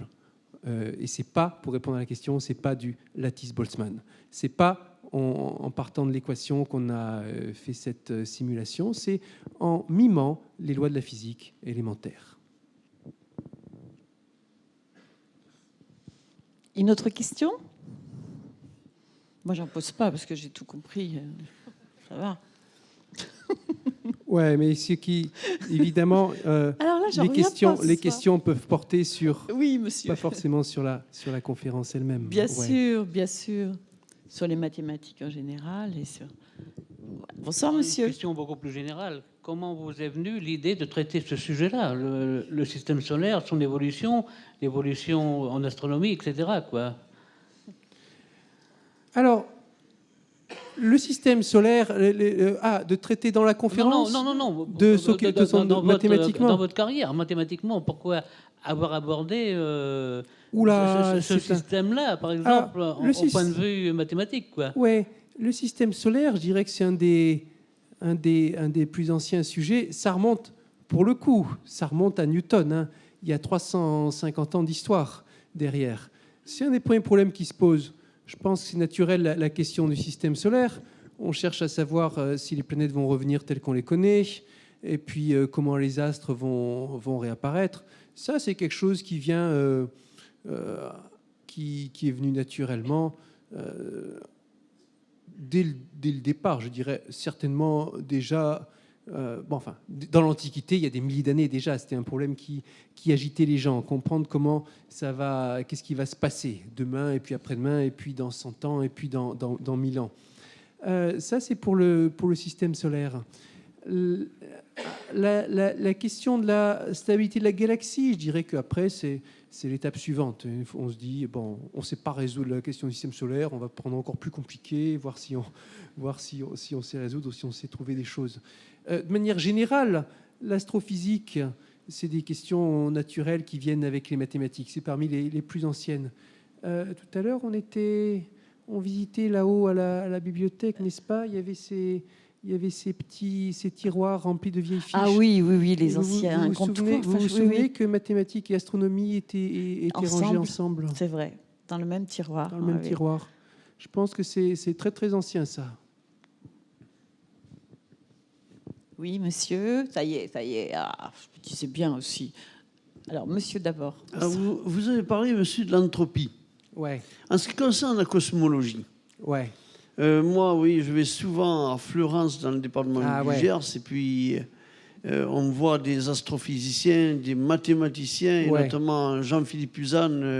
Je ne sais pas si vous avez entendu parler de lui. l'Institut astrophysique de Paris, ouais. Voilà, ouais, il est vachement malin ici dessus, là. Ah, il est malin, Uzan, ça c'est sûr, ouais. Ouais, alors là, c'est l'année dernière, il nous a fait un thème sur la cosmologie. Et il a parlé au moment du Big Bang, et 380 000 ans après le Big Bang, il y a eu le découplement du rayonnement de la matière, mais là, c'était l'entropie par elle-même, c'est ce qu'ils appellent l'âge sombre. Alors là, il y avait un désordre total. Ouais. Pour après, une fois que les 380 000 ans se sont accomplis, il y a eu le découpement du rayonnement de la matière, dans lequel les protons, les neutrons, les électrons, tout ça, la matière c'est formé, dont vous êtes fait, dont moi je suis fait, dont la salle est faite là. Oui, nous sommes tous des enfants de l'âge sombre. Voilà, oui, voilà. Alors, au niveau de l'entropie en cosmologie, qu'est-ce que vous en pensez de cet âge sombre là?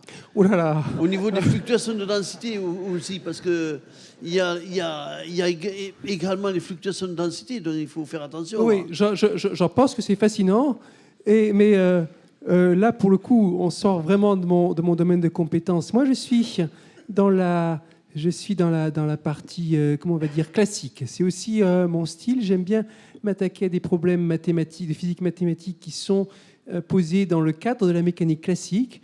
Là, vous avez vu, je vous ai parlé de systèmes solaires et de galaxies, et tout ce qu'il y avait, c'était l'interaction de Newton. Et avec cette loi de Newton qu'on connaît depuis 350 ans, vous voyez comment, mathématiquement parlant et physiquement parlant, on est désarmé pour beaucoup de questions. C'est quelque chose qu'on oublie souvent. La recherche en physique fondamentale, ça progresse d'une part par la découverte de nouvelles espèces de particules ou de nouvelles interactions, mais aussi par une meilleure compréhension des lois déjà découvertes. Et même pour les interactions de Newton, qui sont les plus anciennes, il reste énormément à comprendre et à découvrir. Le problème de la formation des galaxies n'est pas encore vraiment résolu. En tout cas, il y a beaucoup de questions qui se posent encore. Et on est là dans un domaine, c'est plus du tout des questions d'âge sombre ou de découplement, on est dans un domaine parfaitement classique. Même quand on reste autour de la période qui nous intéresse, il y a beaucoup de problèmes qui restent non résolus. Il y avait une question par ici. Oui, alors voilà, on va vous donner le micro. Oui, merci. Je voulais vous poser une question plutôt sur le rêve. J'ai l'impression que les mathématiques vous font rêver un petit peu, hein. Mais est-ce que vous rêvez, puisque vous parlez d'étoiles, de galaxies, de systèmes solaires, est-ce que ça vous arrive de rêver en regardant ces étoiles et les planètes du système solaire? En regardant les étoiles, pour les étoiles dans le ciel. En étant un astronome. Oui, la réponse est oui, bien évidemment. Quand on y arrive, vous savez comme moi que c'est un grand drame, que c'est pas très facile de les observer pour de vrai à cause de la pollution lumineuse. Et des fois, ça arrive qu'on se retrouve bien isolé. Je me souviens d'une fois dans une forêt australienne où là, j'avais une extraordinaire vue de la Voie lactée avec aucune pollution lumineuse. C'était magique. Oui, ça nous fait rêver. C'est comme parmi les phénomènes que j'aime beaucoup regarder, les petites vaguelettes sur l'océan. Les problèmes de mécanique des fluides qui nous sont très familiers sont aussi parmi les plus difficiles des équations aux dérivées partielles. Parmi les plus simples phénomènes d'écoulement des fluides, un fluide dans lequel on tient compte de la viscosité, mais dans lequel on ne tient pas compte de la compressibilité, établir une propriété simple, disons, établir le fait qu'un profil de vitesse continue au départ, continue dans l'espace, quand on laisse couler le fluide, au cours du temps, reste continu. Si vous savez résoudre ça, vous gagnez $1 million offert généreusement par le Clay Mathematics Institute. C'est un problème mathématique très célèbre, ouvert depuis presque 80 ans.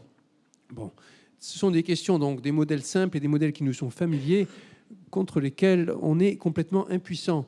Encore mieux, je vais vous dire quelque chose qui peut vous faire rêver quand vous savez ce qu'il y a derrière, c'est quand vous faites bouillir de l'eau pour préparer votre thé. Le phénomène du changement de phase, liquide vers vapeur par exemple, changement de phase pour des liquides, changement de phase dans le continu, comme on dit, est un problème non résolu mathématiquement. Personne ne sait vraiment quelle est la raison profonde pour laquelle on change d'état de temps en temps. Alors on peut calculer les chaleurs latentes, on peut physiquement calculer beaucoup de choses, mais pourquoi ça fait ça?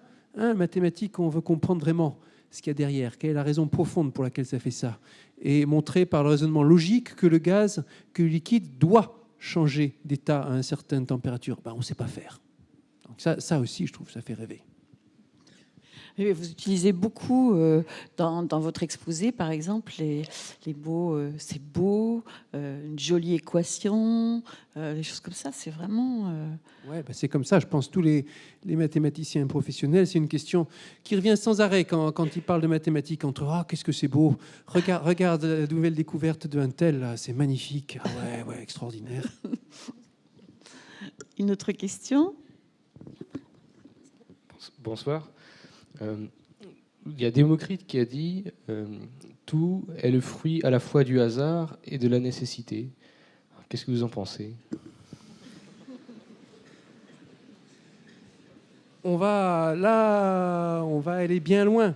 Alors, je vais parler de hasard et je vais remplacer nécessité par déterminisme, qui va être un peu le contraire de hasard et qui ressemble à nécessité dans le cadre de cet exposé. Et puis peut-être ce faisant, je fais un contresens, mais ça me permettra de commenter en tout cas. Il y a eu un moment, précisément au moment où Laplace et les autres ont travaillé sur les équations du système solaire et appliqué le formalisme de Newton, où ils se sont rendus compte qu'effectivement, la simple loi de Newton, elle permettait d'expliquer toutes les observations d'astres qui étaient connues à l'époque. À l'époque, on n'avait pas encore besoin de la relativité, on n'avait pas vu qu'il y avait des anomalies dans le mouvement de Mercure et des choses comme ça. En tout cas, ils ont vu qu'on arrivait à expliquer tout.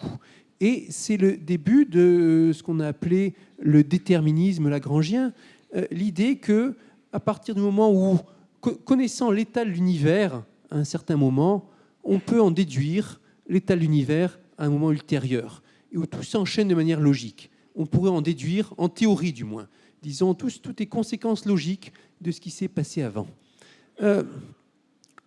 C'est pas clair maintenant si on est encore d'accord avec cette vision du monde. D'abord, il y a la mécanique quantique qui est passée par là. La question de l'interprétation de la mécanique quantique est toujours sujette à débat, et en particulier le rôle des probabilités là-dedans. Et puis, dans les interactions fondamentales de la physique en général, savoir s'il y a une part d'aléatoire, c'est quelque chose qui est discuté. Mais quelque chose qu'on a compris par la suite, et c'est une partie c'était présent aussi dans cet exposé, c'est que même si, en principe, on peut tout calculer, ça peut n'avoir aucun intérêt en pratique, ça peut s'avérer impossible, et on en revient de manière effective à des phénomènes aléatoires. C'est le cas dans cette vision de Boltzmann, où tout est gouverné finalement par l'augmentation du désordre. Et puis, c'est le cas dans la théorie du chaos, où certes, on peut peut-être tout calculer, mais savoir ce qui va se passer à la fin, ça requiert de savoir une précision telle qu'elle est absolument inaccessible en pratique. Par exemple, donc ça c'est un exemple qu'on trouve dans Laskar. Si à un certain moment on fait l'incertitude, Laskar il a une jolie formule qui dit que l'incertitude dans le système solaire, par exemple la distance entre deux masses qui vont se déplacer dans le système solaire, en gros, elle croît comme 10 puissance T sur 10, où T est le temps exprimé en millions d'années. Voilà. Alors, qu'est-ce que ça veut dire en pratique? Vous faites une incertitude de 15 mètres, disons, sur la position de la Terre, au temps initial, dans vos équations, au début de votre calcul, et vous attendez 10 millions d'années, et vos 15 mètres, ça devient 150 mètres. 15 mètres, c'est rien. 150 mètres, c'est pas grand-chose. Mais maintenant, vous attendez 100 millions d'années plutôt que 10, et vous trouvez, alors je ne sais plus, 150 millions de kilomètres, en tout cas quelque chose qui est absolument monstrueux, de l'ordre des dimensions du système solaire. Donc au bout de 100 millions d'années, pour calculer ce qui va se passer en 100 millions d'années, il vous faudrait une précision absolument monstrueuse, quelque chose qui est impossible à observer en pratique. Et vous vous retrouvez finalement avec du hasard. là où on ne l'attendait pas, le hasard qui est dû au fait qu'on n'a pas une précision infinie dans l'observation. Donc, si on veut, on peut dire que même là où on croyait que tout était nécessité, ou en tout cas déterministe, on retrouve le hasard. C'est le principe du chaos déterministe. Je ne sais pas si j'ai vraiment répondu à la question, sinon on pourra en reparler. Alors, une question jusqu'au fond. Faites-vous... Voilà, bonsoir, madame. Bon, comme le ridicule ne tue pas, je vais oser poser ma question qui va montrer à quel point tout ce monde m'est inconnu. Comment se fait-il que des gens inventent, ou créent ou découvrent des équations et qu'ensuite les autres mathématiciens ne les comprennent pas? Ouais. On est bête, hein. On n'y arrive pas. Elle est bien, la question. Ouais, hein. la question, elle est super, en fait. La question, je dirais que malheureusement, il y a certains... Ça arrive de rencontrer des grands scientifiques qui n'ont même pas compris la réponse à cette question. Donc, ce n'est pas du tout une question ridicule. Alors, la réponse, elle vient dans le fait que trouver une équation, c'est quoi? C'est une condition, on va dire. Une équation, ça vous dit que c'est une relation. Hein. De la même façon que si vous cherchez à décrire quelqu'un, voyez un portrait, quand vous faites un portrait en ombre chinoise, au lieu de dire la personne c'est un tel, vous dites cette personne, elle est comme ceci, elle a les cheveux blonds, elle a des lunettes de soleil ou qui sait quoi. Vous donnez comme ça toutes les caractéristiques. Une équation, c'est un peu ça, c'est une condition que doit vérifier l'objet. Bon, eh bien, les conditions, ça ne vous donne pas l'objet en lui-même. Ce n'est pas parce que vous avez écrit les conditions qu'il existe une personne qui satisfait à votre portrait robot. De la même façon, ce n'est pas parce que vous avez décrit les conditions qui vont régir votre phénomène physique qu'il existe un objet mathématique qui va répondre à toutes les conditions. Une équation qui n'a pas de solution, c'est très facile à écrire. Des exemples tout bêtes, par exemple, niveau lycée, vous cherchez imaginez l'équation. Imaginez, vous connaissez que les nombres réels, ce dont on a l'habitude. 1, 2, 3, et puis des fractions, et puis des limites de fractions. Et puis vous cherchez un nombre dont le carré est égal à -1. Un nombre comme ça, vous pouvez toujours l'écrire, c'est une équation. X carré égale -1. Et puis cette équation, elle n'a pas de solution. Alors il faut attendre l'invention des nombres imaginaires pour trouver une solution à cette équation. Donc là, en 2 mots, je vais vous donner une équation qui n'a pas de solution. Quand vous écrivez, pareil, une équation de mécanique des fluides, par exemple, il se peut très bien qu'elle n'ait pas de solution. Alors, le raisonnement physique va consister à dire, voici un phénomène que j'observe, et avec des arguments, en partie intuitifs, en partie avec les mains, je vais écrire l'équation que je pense être la bonne équation pour décrire ce problème physique. Et après, le mathématicien ou un physicien théoricien va arriver et va dire, OK, donc voici l'équation qu'on pense être la bonne. Est-ce que cette équation est effectivement la bonne? Première question, est-ce que cette équation a effectivement une solution? Question suivante, la solution, qu'est-ce qu'elle fait? Tout à l'heure, j'ai montré l'équation de Newton. L'équation de Newton, Newton l'a écrite, et c'est une condition que vérifient les différentes positions des planètes. Est-ce que cette condition, elle peut être vérifiée? Et si elle peut être vérifiée, qu'est-ce qu'on peut dire sur cette solution? Est-ce que des planètes vont entrer en collision? Ce n'est pas écrit sur l'équation. Il va falloir le déduire de l'équation, le déterminer. Voilà, donc ce n'est pas parce qu'on écrit une équation qu'on a des informations sur les propriétés de la solution de l'équation.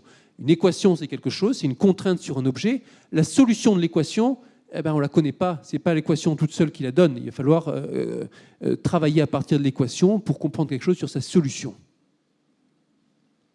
Voilà, donc ça c'est dit en quelques mots. La solution de l'équation, c'est l'objet qui nous intéresse. Écrire l'équation, c'est quelque chose. Trouver la bonne équation, c'est important. Mais après, ce qui compte vraiment, c'est la solution de l'équation. C'est ça qui décrit le phénomène physique. Et ça arrive c'est assez facile d'écrire des équations respectables qui n'ont pas de solution ou dont les solutions changent complètement en fonction de ce qu'on cherche. Ouais. Alors, une autre question, un petit peu à droite. Oui, on peut être surpris que vos travaux soient basés sur le travail de Newton, sur sa formule, alors que la relativité générale a généralisé ou a complexifié d'une certaine façon, mais mieux décrit finalement le comportement de la matière. Donc je m'interroge sur la raison de ce choix. Alors, la première constatation, c'est que le monde qui nous entoure, il est extrêmement compliqué. Probablement, on n'arrivera jamais à avoir une description aussi précise qu'on le voudrait, aussi exacte qu'on peut. Ce qui compte à partir de cette réalité inaccessible, c'est construire un modèle. Un modèle, c'est quoi? C'est un objet mathématique qui résume une partie de la complexité du monde, qui en garde certains caractères importants, tout en le simplifiant de telle sorte qu'il puisse être accessible à notre étude. Alors, Newton arrive avec un modèle qui est basé sur une description classique, puis arrive la relativité générale, arrive la mécanique quantique, arrive plus récemment les théories des champs, la théorie des cordes et qui sait quoi, et beaucoup d'autres modèles. À chaque étape, on gagne en précision, c'est vrai, mais cette précision elle n'est pas forcément pertinente.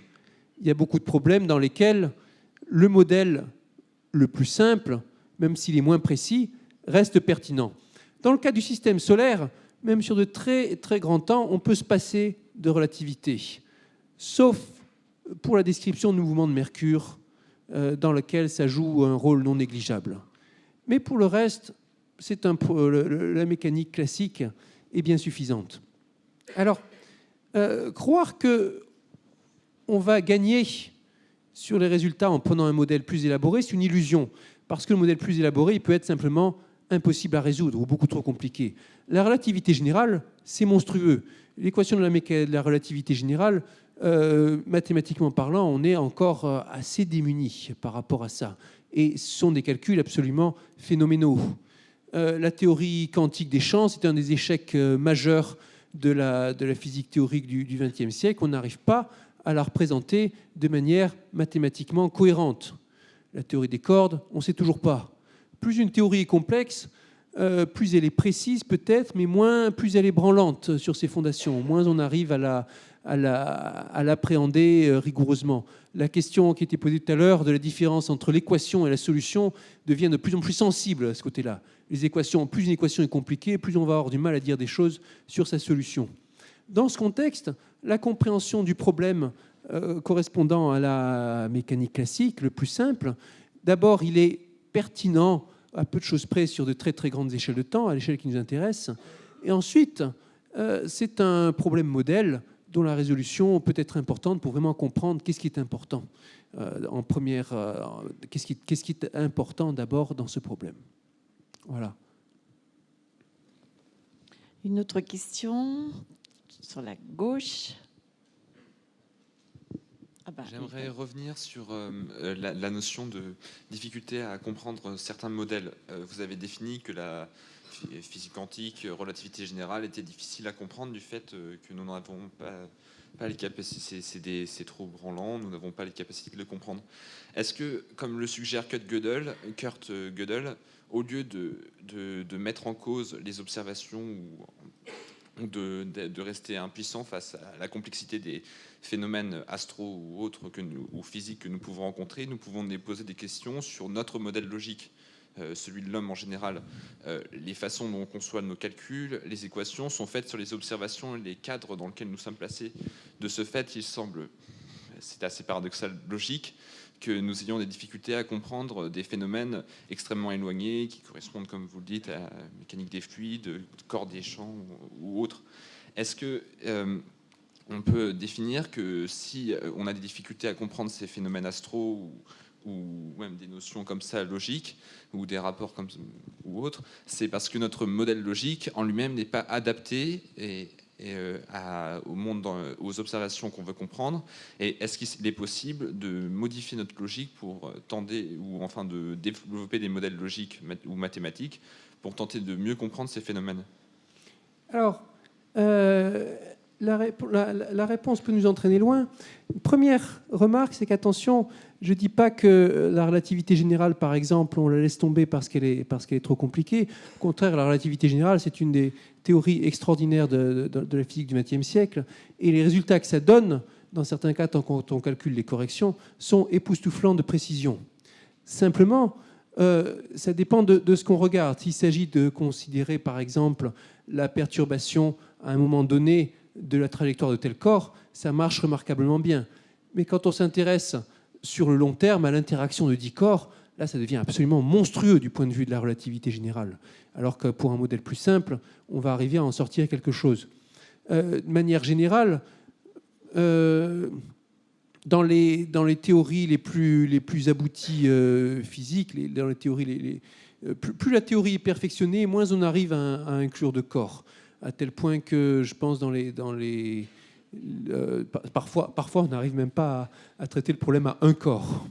Alors maintenant, la question de la part de complexité du modèle ou question de la logique, c'est difficile parce que je dirais que c'est dans l'essence même des mathématiques qu'on essaye de représenter un phénomène qu'on observe selon un modèle mathématique logique et qui correspond à notre logique, en tout cas celle dont on a l'habitude.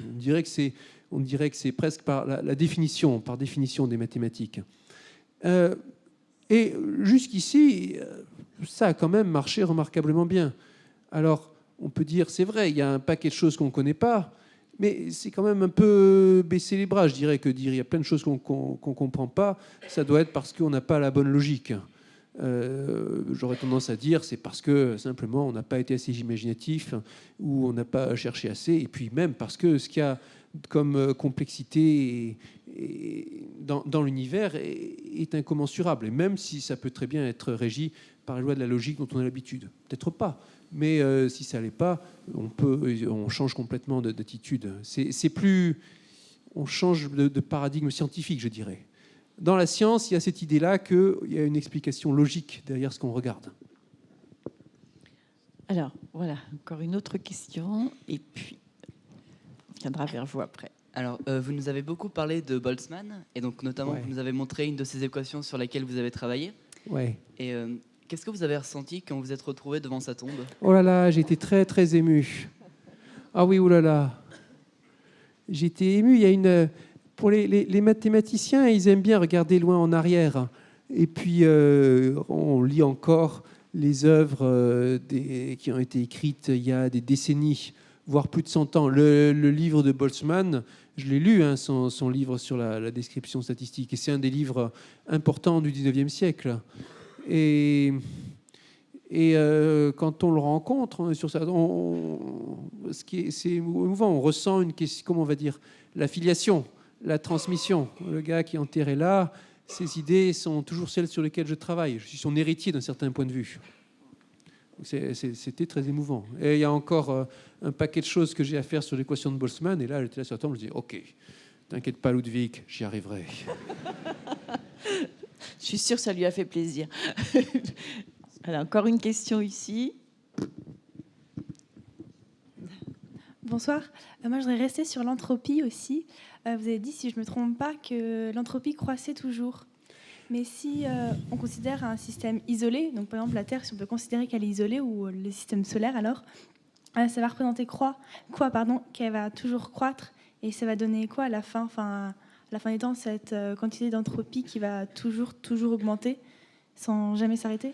Alors, l'entropie croît toujours, ça c'est vrai sous de bonnes hypothèses. Il y a une hypothèse que vous avez dite qui est importante, qui est effectivement un système isolé. S'il y a des échanges, si on a un système ouvert, ça se peut que l'entropie ne croisse pas, ou au moins que la croissance de l'entropie soit très ralentie. C'est le cas pour les êtres vivants. Hein. On est des ralentisseurs d'entropie. L'entropie croît beaucoup moins vite que ce qu'elle devrait dans notre organisme. On lutte contre ça. Alors, dans le cas du système solaire, le problème, ce n'est pas la question de l'isolation, c'est la question du formalisme statistique. L'entropie, elle croît toujours sous l'effet des processus aléatoires. C'est très très bon, par exemple, si on modélise un gaz avec tous ces chocs qui se produisent et le côté statistique dans lequel la notion d'entropie acquiert toute son importance. Si on regarde le système solaire comme 10 corps, des planètes, 9 ou 10, autour du Soleil, la notion d'entropie n'a pas vraiment d'importance là. Ce n'est pas un problème statistique. Il n'y a pas de collision spontanée entre ces différentes planètes, ou c'est très rare. Là, le formalisme ne s'appliquera pas. Ce qui manquera, c'est l'hypothèse qu'on est dans une description statistique. Et l'entropie, pour les équations de Newton, il n'y a pas de notion d'entropie s'il n'y a pas de statistique derrière. Il n'y a pas de notion d'entropie, l'entropie reste constante. Et si on regarde le système solaire à l'échelle macroscopique des planètes du Soleil, en gros, c'est ça. Alors si on regarde à l'intérieur de la Terre, là on va pouvoir dégager une notion d'entropie. Si on regarde au niveau des gaz, au niveau des océans, là on aura des notions d'entropie qui s'appliqueront. Mais ça va dépendre de l'échelle à laquelle on regarde. Pareil, donc, ça peut paraître paradoxal, mais si je prends une boîte et je mets un gaz dedans, et je m'intéresse à ça, il y a une notion statistique dans le gaz. Donc là, l'entropie, c'est quelque chose d'important. Mais si je prends du recul et que je regarde les étoiles dans ma galaxie, à l'échelle où c'est les étoiles qui m'intéressent, et l'interaction entre les étoiles, l'entropie a très peu d'importance. C'est pas là qu'on va observer quelque chose de significatif. Et l'entropie, c'est là que c'est une notion subtile. L'entropie, ça dépend du modèle, ça dépend de l'information. Si on a accès pour un système à toutes les positions vitesse des particules, si on avait une quantité d'informations complète, une connaissance divine, pour ainsi dire, tout ce qui se passe, il n'y aurait pas de notion d'entropie. L'entropie est associée à une incertitude, au fait qu'on fait des expériences qui sont incomplètes. Il y a un bon jeu de mots pour ça, c'est de se rappeler que l'entropie, c'est une notion anthropique. Anthropique ANTH, au sens, c'est une option qui est basée sur l'observation et sur l'incertitude liée aux observations. Et donc, ça dépend du modèle, ça dépend de la description. Oh là là là. Encore 2 questions, et puis on s'arrêtera peut-être là après. Moi, je n'ai pas bien compris ce que voulait dire le terme relaxation. Relaxation. Alors, relaxez-vous un grand coup. Relaxation, ici, je l'ai employé comme l'idée d'arriver vers un état stationnaire, stable, un état qui se perpétue. L'idée de s'approcher de quelque chose qui est stable. Un exemple simple, ça serait, je prends un plasma. Dans un plasma, il peut ou pas y avoir un champ électrique spontané que je vais pouvoir mesurer du fait qu'il y a des charges positives et négatives qui ont différentes répartitions. Un état de relaxation, ça serait un état dans lequel j'observe aucun champ électrique nul ou quasiment nul. Dire que le plasma va relaxer, c'est dire qu'il va passer d'un état dans lequel il est agité, dans lequel il y a un champ électrique non nul, vers un état dans lequel il y a un champ électrique nul. Et il va rester comme ça pour tous les temps. En général, on utilise l'idée de relaxation pour décrire un système qui arrive dans une configuration stable, une configuration de repos, une configuration qui s'entretient, qui reste identique à elle-même. Et c'est un problème général en physique mathématique de comprendre si, pour certaines équations, il y a relaxation ou pas. Par exemple, vous avez un système, vous l'agitez, est-ce qu'il va rester à s'agiter jusqu'à la fin des temps, ou est-ce que peu à peu, l'agitation va diminuer ? Et, par exemple, du frottement va être facteur de relaxation, ou ces collisions vont être facteurs de relaxation. Voilà. Alors, il y a encore une question. Oui. Alors, on a vu à travers votre exposé de quels outils mathématiques se servaient les scientifiques pour prédire l'avenir du système solaire, avec notamment des profils. Oui, vous avez parlé de profils statistiques. Alors, est-ce que, au contraire, les scientifiques utilisent ces mêmes outils pour expliquer la création du système solaire ? La création du système solaire, c'est aussi un problème qui est basé sur l'attraction newtonienne. C'est aussi, oui, du moins une des façons de le formuler, c'est aussi en termes de répartition de masse. Alors, sauf que, il faut faire attention, là, dans l'exposé tel que je l'ai présenté, le formalisme statistique qui devenait intéressant à l'échelle statistique, à l'échelle de la galaxie, où on se retrouve avec des milliards et des milliards de corps. Système solaire, si on raisonne en termes de planètes, c'est juste 10 planètes, pas plus. On peut considérer que le problème est différent. Alors l'interaction fondamentale, c'est toujours la même. C'est toujours la gravitation, c'est toujours Newton. Ce qui serait plutôt en rapport avec ce que j'ai présenté, dans lequel le formalisme statistique joue un rôle important, ça serait la formation d'une galaxie. Et de fait, par exemple, un problème qui est un problème fondamental, en partie compris, c'est pourquoi spontanément les étoiles s'organisent-elles en galaxies ? Et puis après, pourquoi les galaxies s'organisent en clusters de galaxies, comme on dit, au lieu d'être réparties de manière un peu homogène partout dans le cosmos ? C'est pas évident. Et de fait, un plasma, où vous prenez des charges, des électrons, vous les mettez et vous regardez comment ça se répartit, spontanément, ça se répartit de manière à peu près homogène. Alors quand on passe de l'interaction électrostatique à l'interaction gravitationnelle, c'est complètement différent et on arrive à une physique dans laquelle il y a ce phénomène de clustering, d'agrégats, où la matière tend à se mettre ensemble. Alors, la matière s'agglomère en étoiles, les étoiles se regroupent en galaxies, les galaxies se regroupent en clusters de galaxies. Derrière, il y a un phénomène, un mot-clé qui s'appelle instabilité de Jeans. Instabilité, c'est justement l'idée que des configurations, des patterns, des motifs qui s'organisent sur de grandes échelles sont instables et spontanément, on a création de motifs qui se passent à des échelles pas trop grandes. Et ça, c'est quelque chose qui fait intervenir aussi le même genre d'équation que ce que j'ai montré. Voilà, on va s'arrêter là pour les questions de ce soir. Je voudrais quand même que Cédric Villani nous parle de cette exposition qu'il a visitée très sérieusement ce matin, l'exposition Les maths à portée de main, qui est une exposition extrêmement ludique, ouverte aux enfants à partir de 7 ans, mais il y a quand même un espace minimum qu'on pourrait appeler un espace epsilon, si j'ai bien compris. Un espace epsilon, oui, très bien. Voilà. Et donc, j'aimerais que vous en disiez un mot, parce que, voilà, on a l'impression qu'on s'amuse. Est-ce qu'on apprend vraiment comme ça, à votre avis? Oui, bien sûr. On apprend. D'abord, ça aiguise la curiosité pour les enfants. Et puis, une fois qu'on s'est amusé ou qu'on a été surpris, on réfléchit. On se demande pourquoi on a été surpris. Et puis, il y en a qui sont vraiment intéressants. D'abord, il y a la question de sentir vraiment ce que c'est. Par exemple, il y a des expériences pour vous faire sentir ce que c'est qu'un graphe de fonction. Et on vous fait suivre un graphe de fonction de manière assez épatante, j'ai trouvé, en avançant ou reculant pour mimer les variations d'une courbe. Il y a des belles expériences qui vous font sentir les lois d'échelle, le théorème de Pythagore, et puis aussi les lois d'échelle comme les aires qui croisent comme le carré des distances.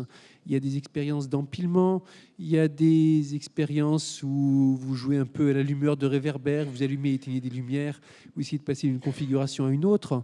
Derrière beaucoup de ces petits jeux, il y a des problèmes mathématiques très intéressants sur lesquels on peut approfondir. Et puis d'abord, la première étape, c'est d'aller s'amuser à faire cette exposition. Et puis ensuite, on réfléchit par derrière. Et quand j'ai dit que ça est ouvert à partir de l'âge de 7 ans, en fait, on peut venir quand on veut et jusqu'à plus que 77 ans. Hein, voilà. Jusqu'à l'âge 1 sur epsilon carré. Voilà, c'est cela. Alors, pour terminer, moi j'avais une... Ah oui, on avait une question. En fait, je vous citais une phrase du chat de Guéluc. Monsieur avait une citation beaucoup plus scientifique que la mienne, mais on a les références qu'on peut. Et je disais une citation du chat de Guéluc, je vous l'ai lu tout à l'heure, et il y avait quelque chose qui vous semblait surprenante dans cette citation et que vous ne connaissiez pas. Je ne vais pas la retrouver. Si. Alors, dans la mathématique du chat, il dit « Le mathématicien boit dans un demi...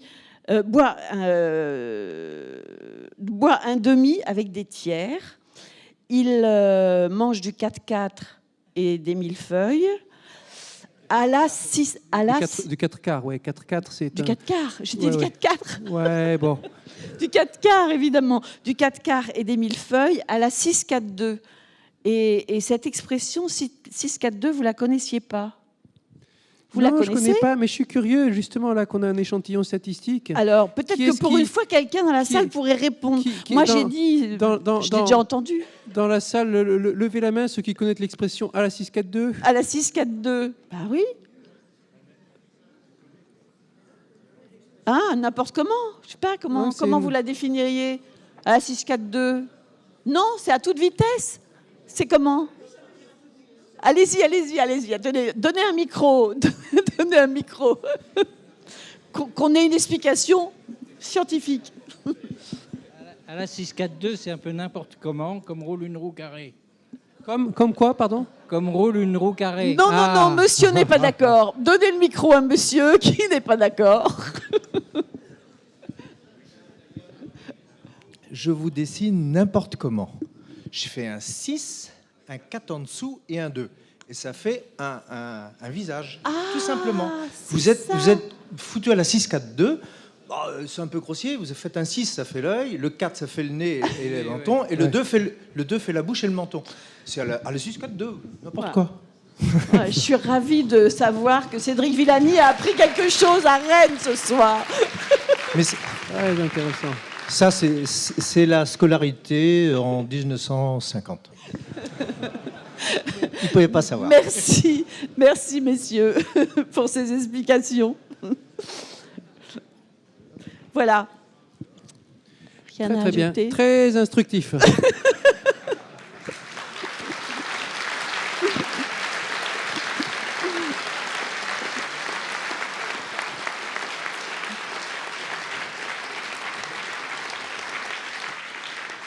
Voilà, merci beaucoup à Cédric Villani de nous avoir accordé ce temps magnifique.